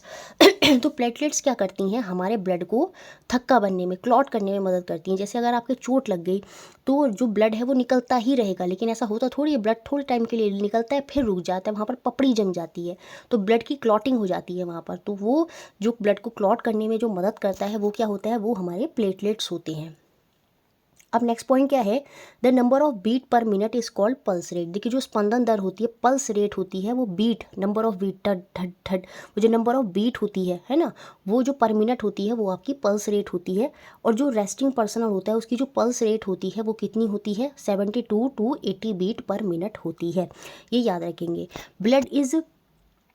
Blood में 2 टाइप की ब्लड वेसल्स होती हैं। अब देखिए जो ब्लड को ले जाने का काम करती हैं, जो ब्लड वेसल्स हैं वो 2 प्रकार की होती हैं, एक आर्टरीज होती हैं और एक वेन होती हैं। जो आर्टरीज होती हैं, अब बस उसके बारे में आपको इतना ऐसे याद रखना है कि देखिए ये हार्ट होता है, हार्ट से ले जाने का काम जो करती हैं, हार्ट से ले जाने का काम जो करती हैं वो आर्टरीज होती हैं। हार्ट तक लाने का काम, हार्ट में लाने का काम जो करती हैं वो वेन्स होती हैं। पहला पॉइंट तो ये याद रखेंगे। आर्टरीज में ऑक्सीजनेटेड ब्लड होता है, क्योंकि वो लंग्स से जो ऑक्सीजनेटेड ब्लड आया है वो डिफरेंट पार्ट तक जाएगा, तो लंग से हार्ट से लेके जाने का काम पूरे बॉडी के पार्ट में जो ऑक्सीजनेटेड ब्लड है वो आर्टरीज करती हैं। इनमें जो ब्लड है वो बहुत ही तेज़, क्योंकि ऊपर से नीचे जा रहा होता है, उसमें हाई प्रेशर होता है, रैपिड होता है, इसी वजह से जो आर्टरीज होती हैं वो थिक होती हैं। कैसी होती है? थिक और साथ में लचीली होती है। इनकी जो वॉल होती है वो थिक और इलास्टिक होती है। जब मैं वेन्स की बात करती हूँ तो इनमें ऑक्सीजनेटेड रिच ब्लड होता है। क्यों? क्योंकि जैसे बॉडी में ब्लड गया, उसके बाद सारी प्रोसेस हुआ है ना, रेस्पिरेशन हुआ, सब हुआ, तो कार्बन डाइऑक्साइड ज़्यादा हो गई, तो वो कार्बन डाइऑक्साइड वाला ब्लड वापस हार्ट में लाने का काम, वापस हार्ट में लाने का काम, तो उसमें कार्बन डाइऑक्साइड ज़्यादा है तो वो डीऑक्सीजनेटेड ब्लड है, तो उसको वापस हार्ट में लाने का काम कौन करती हैं? वो आपकी वेन्स करती हैं। और क्योंकि वो नीचे से ऊपर लेकर जाती हैं तो वो धीरे धीरे ब्लड को लेकर जाती हैं, तो वो उनकी वॉल कैसी होती है? उनकी वॉल थिन होती है। अब देखिए इनके अंदर वॉल्स होती हैं, वॉल्स होती हैं जिन्हें हम पट द्वार बोलते हैं। बेसिकली जैसे ब्लड जो है नीचे से ऊपर जा रहा है तो वो वापस ना आ जाए, इसलिए उनमें वॉल्स लगे होते हैं। ये वॉल्स होती हैं जो क्या करती हैं? बंद कर देती हैं। जैसे ब्लड ऊपर जाएगा ये बंद हो जाएगा फिर ऊपर, ताकि ब्लड जो है वो वापस नीचे ना आ जाए। There are walls present in veins that allow blood to flow only toward the heart। तो वो अपवर्ड ही ले जाने में मदद करती हैं जो आपके वॉल्स होती हैं। ये याद रखेंगे, जो वॉल्स होते हैं ये आर्टरीज में नहीं होते, ये वेन्स में होते हैं। अब देखिए जो कैपिलरीज होती हैं, केशिकाएं होती हैं, ये क्या करती हैं? एक्सचेंज ऑफ गैसेस कराती हैं। न्यूट्रिएंट्स, हार्मोन और जो वेस्ट है टेक प्लेस करता है between the blood and the tissue cell. तो ब्लड और टिश्यू सेल के बीच में गैसेस का एक्सचेंज कराना, न्यूट्रिएंट्स, हार्मोन, वेस्ट प्रोडक्ट जो हैं उनका एक्सचेंज कराने का काम कौन करती हैं? वो आपकी केशिकाएं करती हैं। कैपिलरीज जो होती हैं वो वहाँ पर करती हैं। देखिए ये रही यहाँ पर कैपिलरीज। तो ये छोटी छोटी वेन्स होती हैं कैपिलरीज। जैसे हमने आर्टरीज पढ़ा, वेन्स पढ़ा, तो उसमें कैपिलरीज भी आती हैं जो क्या करती हैं? एक्सचेंज ऑफ गैसेज, हार्मोन, इन सब का एक्सचेंज में जो है वो मदद करती हैं। उसके बाद देखिए जब हमने आर्टरीज और वेन के बारे में पढ़ा तो यहाँ पर कुछ एक्सेप्शन आ जाता है, पल्मोनरी आर्टरी और पल्मोनरी वेन। पल्मोनरी आर्टरी जो है, क्योंकि ये हार्ट से लेकर जाती हैं, तो हार्ट से लंग तक वापस ले जाने का काम पल्मोनरी आर्टरी करती हैं। लेकिन इस समय जो ब्लड होता है वो ऑक्सीजनेटेड नहीं, डीऑक्सीजनेटेड ब्लड होता है। तो आर्टरीज जो है वो ऑक्सीजनेटेड ब्लड को लेकर जाती हैं, लेकिन एक्सेप्शन के तौर पर याद रखेंगे पल्मोनरी आर्टरी जो डीऑक्सीजनेटेड ब्लड को लेकर जाती है। अभी भी ब्लड को लेकर ही जा रही हैं अलग दूसरे पार्ट में, लेकिन कैसा? डीऑक्सीजनेटेड। सेम ऐसी पल्मोनरी वेन होती है। वेन्स जो होती हैं वो डीऑक्सीजनेटेड ब्लड को वापस हार्ट में लाती हैं। तो देखिए यहाँ पे ये जो है ये लंग से वापस इसको हार्ट में ला रही है, लेकिन यहाँ पर डीऑक्सीजनेटेड ब्लड नहीं है, कैसा है? ऑक्सीजनेटेड ब्लड है। तो कभी पूछ ले कि वेन्स जो होती हैं वो डीऑक्सीजनेटेड लाती हैं, सारी वेन्स नहीं, एक्सेप्शन होती है पल्मोनरी वेन। तो ये इसमें एक्सेप्शन की तरह काम करती हैं। तो ब्लड वेसल्स ये आपको अच्छे से क्लियर हो गया होगा। इसके बाद आते हैं हमारा जो मेन कंपोनेंट है वो है हार्ट। हार्ट बेसिकली क्या करता है? ब्लड को पंप करता है, उसको एक प्रेशर देता है ताकि वो डिफरेंट पार्ट तक बॉडी में पहुंचे। तो पंप करने का काम जो है वो कौन कर रहा है? वो हमारा हार्ट कर रहा है, ठीक है, ताकि ब्लड जो है अलग अलग पार्ट में जो है वो ट्रांसपोर्ट कर सके। अब जो हार्ट होता है उसमें 4 चैम्बर होते हैं, है ना, उसमें क्या होते हैं? 4 कक्ष होते हैं, 4 चैम्बर होते हैं। जो अपर 2 चैम्बर होते हैं इसमें, ये जो 2 अपर 2 चैम्बर होते हैं इन्हें हम एट्रियम बोलते हैं, हिंदी में अलिंद बोलते हैं। और जो लोअर 2 चैम्बर होते हैं इन्हें हम वेंट्रिकल्स बोलते हैं या नीले बोलते हैं। तो याद रखेंगे ऊपर के 2 चैम्बर जो हैं वो आपके एट्रियम हैं और नीचे के 2 चैम्बर हैं वो आपके वेंट्रिकल हैं। जो ब्लड है, याद रखेंगे मोस्ट इंपॉर्टेंट पॉइंट है, जो ब्लड होता है पहले कहाँ आता है? ब्लड जो है पहले आपके राइट एट्रियम में आता है। कहाँ आता है? ब्लड पहले राइट एट्रियम में आता है और उसके बाद आपके राइट वेंट्रिकल में जाता है। इंपॉर्टेंट है, याद रखेंगे ब्लड सबसे पहले कहाँ आता है? आपके राइट एट्रियम में आता है, उसके बाद राइट वेंट्रिकल में जाता है और उसके बाद जो है आफ्टर ऑक्सीजनेटेड बाय लंग्स, जब वो ऑक्सीजनेटेड हो जाता है लंग्स के द्वारा तो फिर से वो एंटर करता है कहाँ? हमारे लेफ्ट एट्रियम में थ्रू पल्मोनरी वेन। तो पल्मोनरी वेन है उसकी सहायता से वो हमारे कहाँ आता है? वो हमारे लेफ्ट एट्रियम में जो है वो आ जाता है। तो ये इंपॉर्टेंट है, आपको अच्छे से इस तरह से याद रखना है कि जो ब्लड है सबसे पहले कहाँ आता है, हमारे राइट एट्रियम में आता है, उसके बाद फिर राइट वेंट्रिकल में जाता है, उसके बाद ऑक्सीजनेट होने के बाद लंग से फिर से वो हमारे कहाँ आता है, वो हमारे लेफ्ट एट्रियम में आता है थ्रू पल्मोनरी वेन। अब देखिए यहाँ पर ये तो बात हो गई हार्ट की चैम्बर की, और ये सारा सब हो गया क्लियर। उसके बाद देखिए animals such as sponge and hydra do not possess any circulatory system. अभी देखिए जो स्पॉन्ज और हाइड्रा होते हैं इनमें कोई सर्कुलेटरी सिस्टम नहीं होता। तो water in which they live, जिन पानी में वो रहते हैं क्या करते हैं, bring food and oxygen as it enter their body. तो जो पानी में रह रहे हैं the water in which they live, वही क्या करता है, उनको ब्रिंग कराता है क्या, फूड और oxygen as it enter their body. ठीक है। अब देखिए जब ब्लड जो है रीच करता है टू किडनी में, एक्ट एज अ फिल्टर, तो किडनी जो है यहाँ पर फिल्टर की तरह काम करती है। इसमें जो ये ब्लड यहाँ पर आया है इस समय उसमें यूज़फुल और हार्मफुल सब्सटेंस दोनों है। ठीक है। जब किडनी तक ब्लड आता है ना, ट्रांसपोर्टेशन में आते आते किडनी तक जब ब्लड आता है तो उस ब्लड में हार्मफुल और यूज़फुल सब्सटेंस दोनों पे हैं। अब ये फिल्टर की तरह काम कैसे करती है किडनी, तो जो यूज़फुल सब्सटेंस होते हैं वो ब्लड के द्वारा वापस एब्जॉर्व कर लिए जाते हैं, लेकिन जो वेस्ट सब्सटेंसेस होते हैं ब्लड के वो वाटर में डिज़ोल्व हो जाते हैं और यूरिन की फॉर्म में हमारी किडनी के माध्यम से फिल्टर होकर जो है यूरिन की फॉर्म में जो यूरिन है वो हमारा जो वेस्ट सब्सटेंस है पानी में मिलके वो हमारा जो है बॉडी से बाहर निकल जाता है। From the kidney the urine, जो किडनी है उसने क्या करा, ब्लड को फिल्टर कर दिया, पानी से मिलके क्या करा, यूरिन वहाँ पर बनाया, और यूरिन जो है वो हमारा कहाँ आएगा, यूरिनरी ब्लैडर में आएगा। लेकिन उसको लाएंगी कौन, ये जो पतली पतली ट्यूब है जिन्हें हम क्या बोलते हैं, यूरेटर बोलते हैं। तो कभी कभी ये सिक्वेंस भी पूछ लेता है, किडनी, उसके बाद ये क्या है आपकी यूरेटर ट्यूब है, फिर आपका ये यूरिनरी ब्लैडर है, और यहाँ पर ये यूरेथ्रा होता है जिसकी ओपनिंग होती है जहाँ से जो यूरिन है बाहर निकल जाता है। तो क्लियर है, किडनी, यूरेटर, यूरिनरी ब्लैडर, और बाद में आगे सबसे लास्ट में जो ओपनिंग है वो है यूरेथ्रा। तो यहाँ पर यही लिखा है, from kidney the urine goes into the urinary bladder through the tube, जिन्हें हम यूरेटर्स ट्यूब बोलते हैं। जो ब्लड यूरिन है वो स्टोर होता है ब्लैडर में और पास थ्रू हो जाता है हमारी यूरिनरी ओपनिंग से, जिसे हम क्या बोलते हैं, यूरेथ्रा बोलते हैं। The kidney, ureter, bladder and urethra ये सब मिलकर क्या बनाती हैं, ये हमारा एक्सक्रीटरी सिस्टम बनाती हैं। तो अगर एक्सक्रीटरी सिस्टम की बात हो तो उसमें पूरा ये आ जाता है जिसमें kidney, ureter, urinary bladder, urethra, ये सारी चीज़ें जो हैं उसमें इन्वॉल्व होती हैं। अब जो यूरिन होता है उसमें क्या होता है, 95% यूरिन होता है, 2.5% वाटर होता है, और उसमें यूरिया और 2.5 जो है वो अदर वेस्ट प्रोडक्ट जो हैं हमारे यूरिन के अंदर होते हैं। याद रखेंगे यूरिन में क्या होता है, 95% वाटर हो गया, 2.5% उसमें यूरिया होता है, और 2.5% उसमें अदर वेस्ट प्रोडक्ट जो होते हैं वो हमारे यूरिन के अंदर होती हैं। अब जब किडनी जो है अगर वो सही से प्रॉपर्ली फंक्शन नहीं करेगी, ब्लड को फिल्टर नहीं करेगी, तो उस केस में किडनी जब वर्क नहीं करती है तो आर्टिफिशियली किडनी का एक प्रोसेस अपनाया जाता है जिसे हम क्या बोलते हैं, डायलिसिस जो है वो बोलते हैं। अब देखिए जो फिश होती है वो एक्सक्रीट करती है cell waste in gaseous form, जिसे हम अमोनिया बोलते हैं, जिसको वो डायरेक्टली एक्सक्रीट कर देती है कहाँ पर, वाटर में। तो पूछा जा सकता है कि जो फिश होती है वो वेस्ट को किसकी फॉर्म में एक्सक्रीट करती है, तो वो गैशियस फॉर्म में उसको एक्सक्रीट करती है जो कि अमोनिया होता है, जिसको वो पानी में डायरेक्टली जो है वो एक्सक्रीट करती है। प्लांट जो है, अब देखिए इनमें भी क्या ट्रांसपोर्टेशन कैसे होता है, तो ये ट्रांसपिरेशन करते हैं।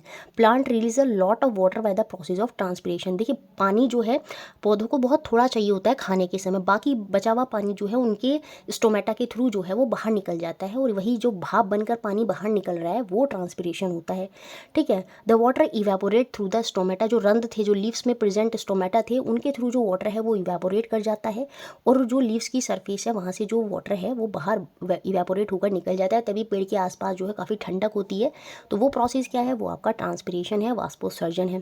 अब कुछ लैंड एनिमल जो होते हैं जैसे बर्ड, लिजार्ड, स्नेक, ये एक्सक्रीट करती हैं semi solid white colour compound जिसे हम यूरिक एसिड बोलते हैं। ये क्वेश्चन भी बन जाता है कि आपने देखा होगा जो लिजार्ड है, बर्ड है, स्नेक है, ये सेमी सॉलिड वेस्ट एक्सक्रीट करते हैं जो कि वाइट कलर का होता है, जिसे हम क्या बोलते हैं, वो क्या होता है, वो यूरिक एसिड होता है। ठीक है। न्यूट्रिएंट्स जो ट्रांसपोर्ट कराने का काम करते हैं प्लांट में, मैंने पीछे भी समझा दिया था, वो वस्कुलर टिश्यू होते हैं जिसमें जाइलम और फ्लोएम आते हैं। जाइलम क्या करते हैं, वाटर का ट्रांसपोर्टेशन में मदद करते हैं, और जो फ्लोएम होता है वो फूड के जो अलग न्यूट्रिएंट्स हैं उनके ट्रांसपोर्टेशन में प्लांट में मदद करते हैं। ठीक है। तो ये सारा पूरा ट्रांसपोर्टेशन था जो आपको अच्छे से क्लियर हो। देखिए लास्ट में अब हम अपना एक और टॉपिक देखेंगे, रिप्रोडक्शन इन एनिमल, और इसी के साथ ही हमारी मैराथन जो है वो ख़त्म हो जाएगी। देखिए मेरी एक रिक्वेस्ट है, अगर आपको वीडियो अच्छा लगता है तो प्लीज़ उसको लाइक ज़रूर करा करें। बहुत मेहनत लगती है, आपको सच में अच्छा लगता है तभी, मैं ये नहीं कही फोर्सफुल है, कोई अच्छा लगता है तो प्लीज़ उसको लाइक ज़रूर करके जाया करें, कमेंट भी कर दिया करें। उससे भी थोड़ा सा टीचर को क्या होता है, मोटिवेशन मिलता है। बट ये चीज़ें मैं बीच में वीडियो के नहीं बोलती क्योंकि उस टाइम में फ्लो होता है, और टाइम वेस्ट मैं बिल्कुल नहीं करना चाहती। बिल्कुल पॉइंट टू पॉइंट बात करके चीज़ों को ख़त्म करना ही बेटर होता है। तो फिर भी हम बोल रहे हैं, लेकिन प्लीज़ अगर आपको वीडियो अच्छी लगती है, दिल से अच्छी लगती हैं, तो प्लीज़ उनको लाइक करके ज़रूर जाया करें। अब देखिए जो लास्ट में टॉपिक है, रिप्रोडक्शन इन एनिमल, यहाँ से भी क्वेश्चन बनने के पूरे पूरे चांसेस होते हैं। देखिए जो एनिमल होते हैं वो दो तरह से रिप्रोडक्शन करते हैं, एक सेक्शुअल और एक असेक्शुअल। सेक्शुअल रिप्रोडक्शन में दो ऑर्गेनिज्म एक दूसरे के कॉन्टैक्ट में आते हैं तो वो सेक्शुअल है। जब एक ही ऑर्गेनिज्म क्या कर रहा है, अपने ऑफस्प्रिंग को प्रोड्यूस कर रहा है, वहाँ पर दो ऑर्गेनिज्म की ज़रूरत है ही नहीं, तो वो आपका असेक्शुअल है रिप्रोडक्शन। तो चलिए दोनों को समझते हैं। सबसे पहले हम समझेंगे सेक्शुअल रिप्रोडक्शन। सेक्शुअल रिप्रोडक्शन में क्या होता है, जो एनिमल होते हैं वो अपने गैमेट्स को फ्यूज़ कराते हैं और वहाँ पर जाइगोट बनता है, और जाइगोट के माध्यम से वहाँ पर जो नया इंडिविजुअल है, वो नया जो जीव है वो बनता है। और वही प्रोसेस, इस तरह का जो रिप्रोडक्शन जहाँ पर फ्यूजन ऑफ मेल और फीमेल गैमेट हो रहा है, ये आपका सेक्शुअल रिप्रोडक्शन कराता है। जैसे ह्यूमन में होता है मेल गैमेट और फीमेल गैमेट, इनका फ्यूज़न हुआ और फ्यूज़न से क्या बना, जाइगोट बना। और यही जो फ्यूज़न है जिसके बाद जाइगोट बन रहा है और उसके बाद जो बच्चा डेवलप हो रहा है, यही कहलाता है क्या, आपका सेक्शुअल रिप्रोडक्शन। यही चीज़ हिंदी में भी लिखी है, तो प्लीज़ आप इसको देख लीजिएगा। अब देखिए यहाँ पर अब हम थोड़ा सा समझते हैं कि मेल गैमेट क्या है, फीमेल गैमेट क्या है। देखिए ह्यूमन की बात हम करेंगे सबसे पहले। देखिए जो ह्यूमन होते हैं उसमें मेल गैमेट जो होता है वो होता है आपका स्पर्म। अब ये स्पर्म कहाँ से रिलीज़ होता है, ये होता है टेस्टिस। ये जो टेस्टिस होती है ये आपका एक ऑर्गन भी होती है और साथ में ये ग्लैंड भी होती है। और कौन सा ग्लैंड होती है, ये आपका एंडोक्राइन ग्लैंड होती है। क्यों, क्योंकि यहाँ से हार्मोन सीक्रेट होता है, कौन सा, टेस्टिस्टेरोन। तो टेस्टिस जो होती है ये प्रोड्यूस करती है मेल गैमेट, जिसे हम स्पर्म बोलते हैं, शुक्राणु बोलते हैं। और ये जो स्पर्म होता है वो सिंगल सेल होता है, मैंने आपको बताया था सबसे छोटा सेल होता है ह्यूमन बॉडी का, ठीक है। अभी जो टेस्टिस होती है सर्व ये करती है ऑर्गन की तरह भी, सेक्सुअल ऑर्गन की तरह भी, और साथ में एंडोक्राइन ग्लैंड की तरह भी। और यहाँ से हार्मोन सीक्रेट होता है टेस्टोस्टेरोन। तो ये हो गया आपका मेल गैमेट। सेम ऐसे ही जो फीमेल होती हैं उनकी दो ओवरीज होती हैं, तो ओवरी जो होती है वहाँ से प्रोड्यूस होता है फीमेल गैमेट, जिसे हम ओवा या एग बोलते हैं, अंडाणु या डिम्ब बोलते हैं। तो ये जो ओवा और एग है ये आपका होता है फीमेल गैमेट। सेम ऐसे ही जो ओवरीज होती हैं या ओवरी बोलेंगे, ये भी ग्लैंड की तरह काम करती हैं। ये सेक्स ऑर्गन भी है और ग्लैंड भी है, और ये एंडोक्राइन ग्लैंड है। यहाँ पर हार्मोन सीक्रेट होते हैं। जो ओवरीज होती हैं वो एस्ट्रोजन और प्रोजेस्टेरॉन, याद रखेंगे, पूछ लेता है, ये फीमेल सेक्स हार्मोन होते हैं, एस्ट्रोजन और प्रोजेस्टेरॉन। ये कौन रिलीज़ करती है, ये ओवरी रिलीज़ करती है, जो आपकी एंडोक्राइन ग्लैंड की तरह भी काम करती है। तो अब हमें क्लियर हुआ, ओवरी से मिला हमें क्या, फीमेल गैमेट, और हमें टेस्टिस से मिला मेल गैमेट। दोनों जो शुक्राणु हैं और जो अंडाणु है, जो स्पर्म है, जो ओवा है, वो दोनों फ्यूजन करते हैं, और फ्यूजन के बाद वहाँ से बनता है जाइगोट। और वो जो जाइगोट होता है फर्दर आपका आगे जाके जो है एम्ब्रियो में कन्वर्ट होता है, और वहाँ से जो न्यू इंडिविजुअल है वो प्रोड्यूस हो जाता है फीमेल के गर्भाशय से, यूट्रस से। अ सिंगल मैच्योर्ड एग, देखिए जो फीमेल होती हैं उनमें क्या होता है, जो ओवरीज होती है उससे मंथ में क्या होता है, सिर्फ एक मैच्योर्ड जो एग होता है वो रिलीज़ होता है उनके ओविडक्ट में by the ovary every month. जो ओवरी होती है वो रिलीज़ करती है एक मैच्योर एग को उनके ओविडक्ट में एक बार एक मंथ में। जो यूट्रस होता है वो पार्ट है where development of the baby take place, क्योंकि जो जायगोट है वो फर्दर फ्लोपाइन ट्यूब से होते हुए, मैं आगे दिखाऊंगी, वो आपके यूट्रस में पहुंचता है, लड़की के फीमेल के क्या होता है, गर्भाशय में पहुंचता है, वहाँ उस पर जाके वो चिपक जाता है और फर्दर वहाँ से वो डेवलपमेंट करता है। तो क्लियर है, ओवरीज जो है दो तरह के हार्मोन सीक्रेट करती है, एस्ट्रोजन और प्रोजेस्टेरॉन, और ये हार्मोन बहुत बड़ा रोल प्ले करते हैं रिप्रोडक्टिव डेवलपमेंट में और साथ में गर्ल्स की मेंस्ट्रुएशन साइकिल में। तो फ्यूजन ऑफ एग और स्पर्म, इसको हम क्या बोलेंगे, जो जाइगोट वहाँ पर बन रहा है, ये फ्यूजन तो आपका सेक्सुअल रिप्रोडक्शन है, लेकिन ये कहलाता क्या है, ये आपका फर्टिलाइजेशन होता है। और इस फर्टिलाइजेशन का रिजल्ट क्या होता है, वो जाइगोट होता है, और जो जाइगोट होता है वो भी आपका सिंगल सेल ही होता है। अब ये फर्टिलाइजेशन जो सेक्सुअल रिप्रोडक्शन में हो रहा है, ये दो तरह की होती हैं, एक इंटरनल और एक एक्सटर्नल फर्टिलाइजेशन। इंटरनल फर्टिलाइजेशन में जो फर्टिलाइजेशन है वो टेक प्लेस करता है इनसाइड द फीमेल बॉडी, जैसे ह्यूमन, काउ, डॉग्स, हैन, इनमें जो फर्टिलाइजेशन है वो ह्यूमन बॉडी के अंदर होगा। लेकिन जब फर्टिलाइजेशन ह्यूमन बॉडी के बाहर होता है, फीमेल बॉडी के आउटसाइड होता है, तो वो एक्सटर्नल फर्टिलाइजेशन होता है, जैसे फिश, स्टार फिश, फ्रॉग में। अब देखिए फ्रॉग में होता क्या है ना, जो मेल फ्रॉग होती है वो अपने एग को रिलीज़ कर देती है। सेम ऐसी जो मेल फ्रॉग होता है वो अपने स्पर्म को रिलीज़ कर देता है, तो ये वाटर में ही रहते हैं। तो वाटर में क्या होता है, ये स्पर्म जाकर कहीं ना कहीं जो एग है उस पे जाके चला जाता है, और वहाँ से क्या होता है, ये जो उनका ऑफस्प्रिंग है, जो टैडपोल है, वो प्रोड्यूस हो जाता है। तो उसमें क्या हुआ, फीमेल की बॉडी के इनसाइड जो है वो फर्टिलाइजेशन नहीं हुआ। तो वो तरह का फर्टिलाइजेशन क्या होता है, आपका एक्सटर्नल फर्टिलाइजेशन होता है, जो फिश, स्टार फिश, फ्रॉग वगैरह में देखने को मिलता है। तो क्लियर हुआ दो तरह के फर्टिलाइजेशन। अभी देखिए जो प्रोसेस हमने पढ़ा था उसी को थोड़ा सा आगे जो है हम डिटेल में समझते हैं। देखिए जो फर्टिलाइजेशन है हुआ, वहाँ पर जायगोट बना। वो जायगोट जो है, देखिए यहाँ ये ओवरी है, ओविडक्ट में इसने क्या करा, एक जो है अंडा रिलीज़ करा। वहाँ पे क्या हुआ, फ्यूजन हुआ होगा मेल और फीमेल गैमेट का, और वहाँ से जो है ये जायगोट जो है वहाँ पर फॉर्म हुआ। फिलोपाइन ट्यूब के माध्यम से होते हुए ये जो जायगोट है आगे जाता है और ये डेवलप करता चला जाता है। मल्टीपल सेल्स जो हैं वहाँ पर डेवलप जो है वो फॉर्म होते चले जाते हैं, और ये आगे जाके किस में बदल जाता है, एम्ब्रियो में बदल जाता है। और ये जो एम्ब्रियो होता है, याद रखेंगे, ये मल्टी सेलुलर होता है। कैसा होता है, ये मल्टी सेलुलर होता है। और ये जो एम्ब्रियो होता है, जो फीमेल का गर्भाशय होता है, यूट्रस होता है, उसमें जाकर चिपक जाता है, एम्बेड हो जाता है। The embryo get embedded into the wall of uterus. जो गर्भाशय होता है उसकी दीवार में जाकर ये रोपित हो जाता है, ताकि फर्दर डेवलपमेंट जो है वो होता रहे। तो समझ में आया, जायगोट बना, जायगोट से एम्ब्रियो बना, एम्ब्रियो मल्टी सेलुलर है, जाकर चिपक गया कहाँ, यूट्रस की वॉल में, वहाँ जाके उसका बच्चे का फर्दर डेवलपमेंट जो है वहाँ पर होता रहता है।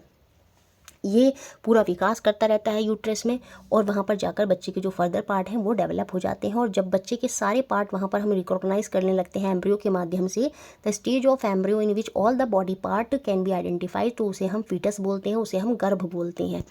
तो ये हो गया आपका इंटरनल फर्टिलाइजेशन। एक्सटर्नल फर्टिलाइजेशन, देखिए यहाँ पर एक्सटर्नल फर्टिलाइजेशन जिसे हम हिंदी में बाह्य निषेचन बोलते हैं। एम्ब्रियो जो डेवलप करता है वो outside the female body develop करेगा, ठीक है। The embryo continue to grow within their egg covering. Egg covering के ऊपर जो एम्ब्रियो है वो आपका पूरा डेवलप होता रहेगा। बाद में जो एग है वो हैच कर जाएगा, और उनके जो यंग वंस है वहाँ से वो निकल जाते हैं। अब यहाँ से दो चीज़ क्लियर हुई, एक तो जो बच्चा है जो पेट के अंदर ही डेवलप हो रहा है, तो वो इस तरह से जो यंग वंस प्रोड्यूस होते हैं वो आपके कौन से एनिमल होते हैं, वो आपके विविपोरस एनिमल होते हैं। Animal which give birth to young ones, जो अपने शिशुओं को जन्म देते हैं, जो बच्चों को, यंग वंस को जन्म देते हैं। जैसे आपके क्या हो गए, काव हो गई है ना, फीमेल हो गई, तो ये अपने बच्चों को जन्म देती हैं, अपने यंग वंस को जन्म देती हैं। तो ये हो गए सब क्या, विविपोरस एनिमल। लेकिन जो एनिमल अंडे देते हैं, ले एग करते हैं, जैसे स्नेक वगैरह हो गए, तो ये क्या होते हैं, ये ओविपोरस होते हैं, ठीक है। हैन हो गई, तो ये ओविपोरस हैं जो अंडे दे रहे हैं। जो अंडे दे रहे हैं वो ओविपोरस, जो बच्चे हैं वो विविपोरस। अब देखिए कुछ एनिमल ऐसे होते हैं जो उनके जो यंग वंस होते हैं, छोटे छोटे बच्चे जो होते हैं, और जब वो एडल्ट में कन्वर्ट होते हैं, उन दोनों में बहुत डिफरेंस होता है। तो ये जो ड्रास्टिक चेंज होता है उनके बच्चे से उनके पूरे एडल्ट में कन्वर्ट होने का, और उसमें बहुत ही ड्रास्टिक चेंज आता है, तो वो प्रोसेस होता है आपका metamorphosis. In some animal young one look very different from the adult. जो अडल्ट होते हैं उनमें जब वो यंग वन थे उनसे वो बहुत डिफरेंट होते हैं। तो ये जो ट्रांसफॉर्मेशन होता है लार्वा का एडल्ट में थ्रू ड्रास्टिक चेंज, थ्रू बहुत ही ड्रास्टिक चेंज के माध्यम से, तो ये कहलाता है आपका मेटामॉर्फोसिस, कायांतरण। ये देखिए फ्रॉग में एग है, अर्ली टेडपोल, ये जो एडल्ट फ्रॉग है इससे बहुत डिफरेंट है। तो ये जो ड्रास्टिक चेंज हुआ है इस प्रोसेस को हम बोलते हैं क्या, मेटामॉर्फोसिस। जैसे यहाँ पर ये देखिए, ये है आपका egg, silk worm, cocoon, cocoon से देखिए इस तरह से ये डेवलप हो गया, यहाँ से यहाँ तक का प्रोसेस देखिए कितना ड्रास्टिक चेंज हुआ। तो ये जो ड्रास्टिक चेंज है ये क्या है, आपका मेटामॉर्फोसिस है, कायांतरण है। सेक्सुअल रिप्रोडक्शन की बात हो गई, आपके उसमें हमने सब चीज़ें देख ली, फर्टिलाइजेशन देख लिया, इंटरनल एक्सटर्नल फर्टिलाइजेशन देख लिया, विविपोरस ओविपोरस एनिमल देख लिए। अब हम देखते हैं लास्ट में असेक्सुअल रिप्रोडक्शन। एक्सेक्सुअल रिप्रोडक्शन में मैंने क्या बताया था, जहाँ पर सिंगल पेरेंट ही इन्वॉल्व होता है, दो पेरेंट की ज़रूरत नहीं है, सिंगल पेरेंट ही क्या करेगा, अपने ऑफ स्प्रिंग को रिप्रोड्यूस कर देगा। तो वो है आपका असेक्सुअल रिप्रोडक्शन। जहाँ जनन का वह प्रकार जिसमें केवल एक ही प्रकार का जीव जो है वो भाग लेता है, तो वो आपका अलैंगिक जनन होता है, असेक्सुअल रिप्रोडक्शन होता है। ये हमें हाइड्रा और अमीबा में देखने को मिलता है, और भी हैं बहुत, लेकिन मैं फिलहाल इनकी बात कर रही हूँ। हाइड्रा क्या होता है, उसमें जो उसके वन और मोर बल्जेस होते हैं वो डेवलप करते हैं इनटू न्यू इंडिविजुअल। जैसे आप यहाँ पर डायग्राम में देखेंगे, ये देखिए यहाँ से ही क्या हो गया, ये बल्जेस के थ्रू ही इसकी बड निकल जाती है और एक नया हाइड्रा जो है यहाँ पर फॉर्म हो जाता है। ये अपना जो रिप्रोडक्शन कर रहा है किस मेथड से कर रहा है, बाय बडिंग। सेम ऐसी जो अमीबा होता है, इसमें जो इसका न्यूक्लियस होता है वो 2 न्यूक्लियाई में कन्वर्ट हो जाते हैं और यहाँ पर इसका डॉटर अमीबा जो है वो फॉर्म हो गया। ये फिजन के माध्यम से, बाइनरी फिजन मेथड से जो है ये अपना रिप्रोडक्शन कर रहा है। तो आपने यहाँ पर देखा हाइड्रा में क्या हुआ, एक सिंगल ऑर्गेनिज्म ने क्या करा, अपने न्यू इंडिविजुअल को डेवलप करा। तो ये है आपका सेक्सुअल रिप्रोडक्शन। बड जो है वहाँ पर इसमें से निकल जाती हैं और ये कौन से मेथड के थ्रू रिप्रोडक्शन करता है, इसे हम क्या बोलते हैं, इसे हम बडिंग बोलते हैं, मुकुलन बोलते हैं। अमीबा भी सेम ऐसे डिवीजन करता है, अपने न्यूक्लियस को 2 न्यूक्लियाई में बदल देता है, ठीक है। और देखिए यहाँ पर देख ही रहे हैं आप डायग्राम में 2 न्यूक्लियाई में बदल गए further. Daughter amoeba single individual से ही यहाँ पर ये जो है आपका सेक्सुअल रिप्रोडक्शन हो गया है। ये किस मेथड के थ्रू अपना सेक्सुअल रिप्रोडक्शन करते हैं, बाइनरी फिजन। पूछा जाता है कभी कभी अमीबा जो होता है, पहली बात तो ये पूछेगा सेक्सुअल रिप्रोडक्शन करता है या असेक्सुअल, तो असेक्सुअल। और उसे हम क्या बोलते हैं, उस असेक्सुअल के रिप्रोडक्शन को हम क्या बोलते हैं, बाइनरी फिजन बोलते हैं, ठीक है। तो ये पूरा सब था जो मैंने आपको अच्छे से क्लियर करा। मुझे लगता है सारी चीज़ें अब आपको अच्छे से क्लियर हो गई होंगी। मैराथन अच्छा लगा है तो प्लीज़ उसको लाइक करें, शेयर करें और चैनल से बने रहें।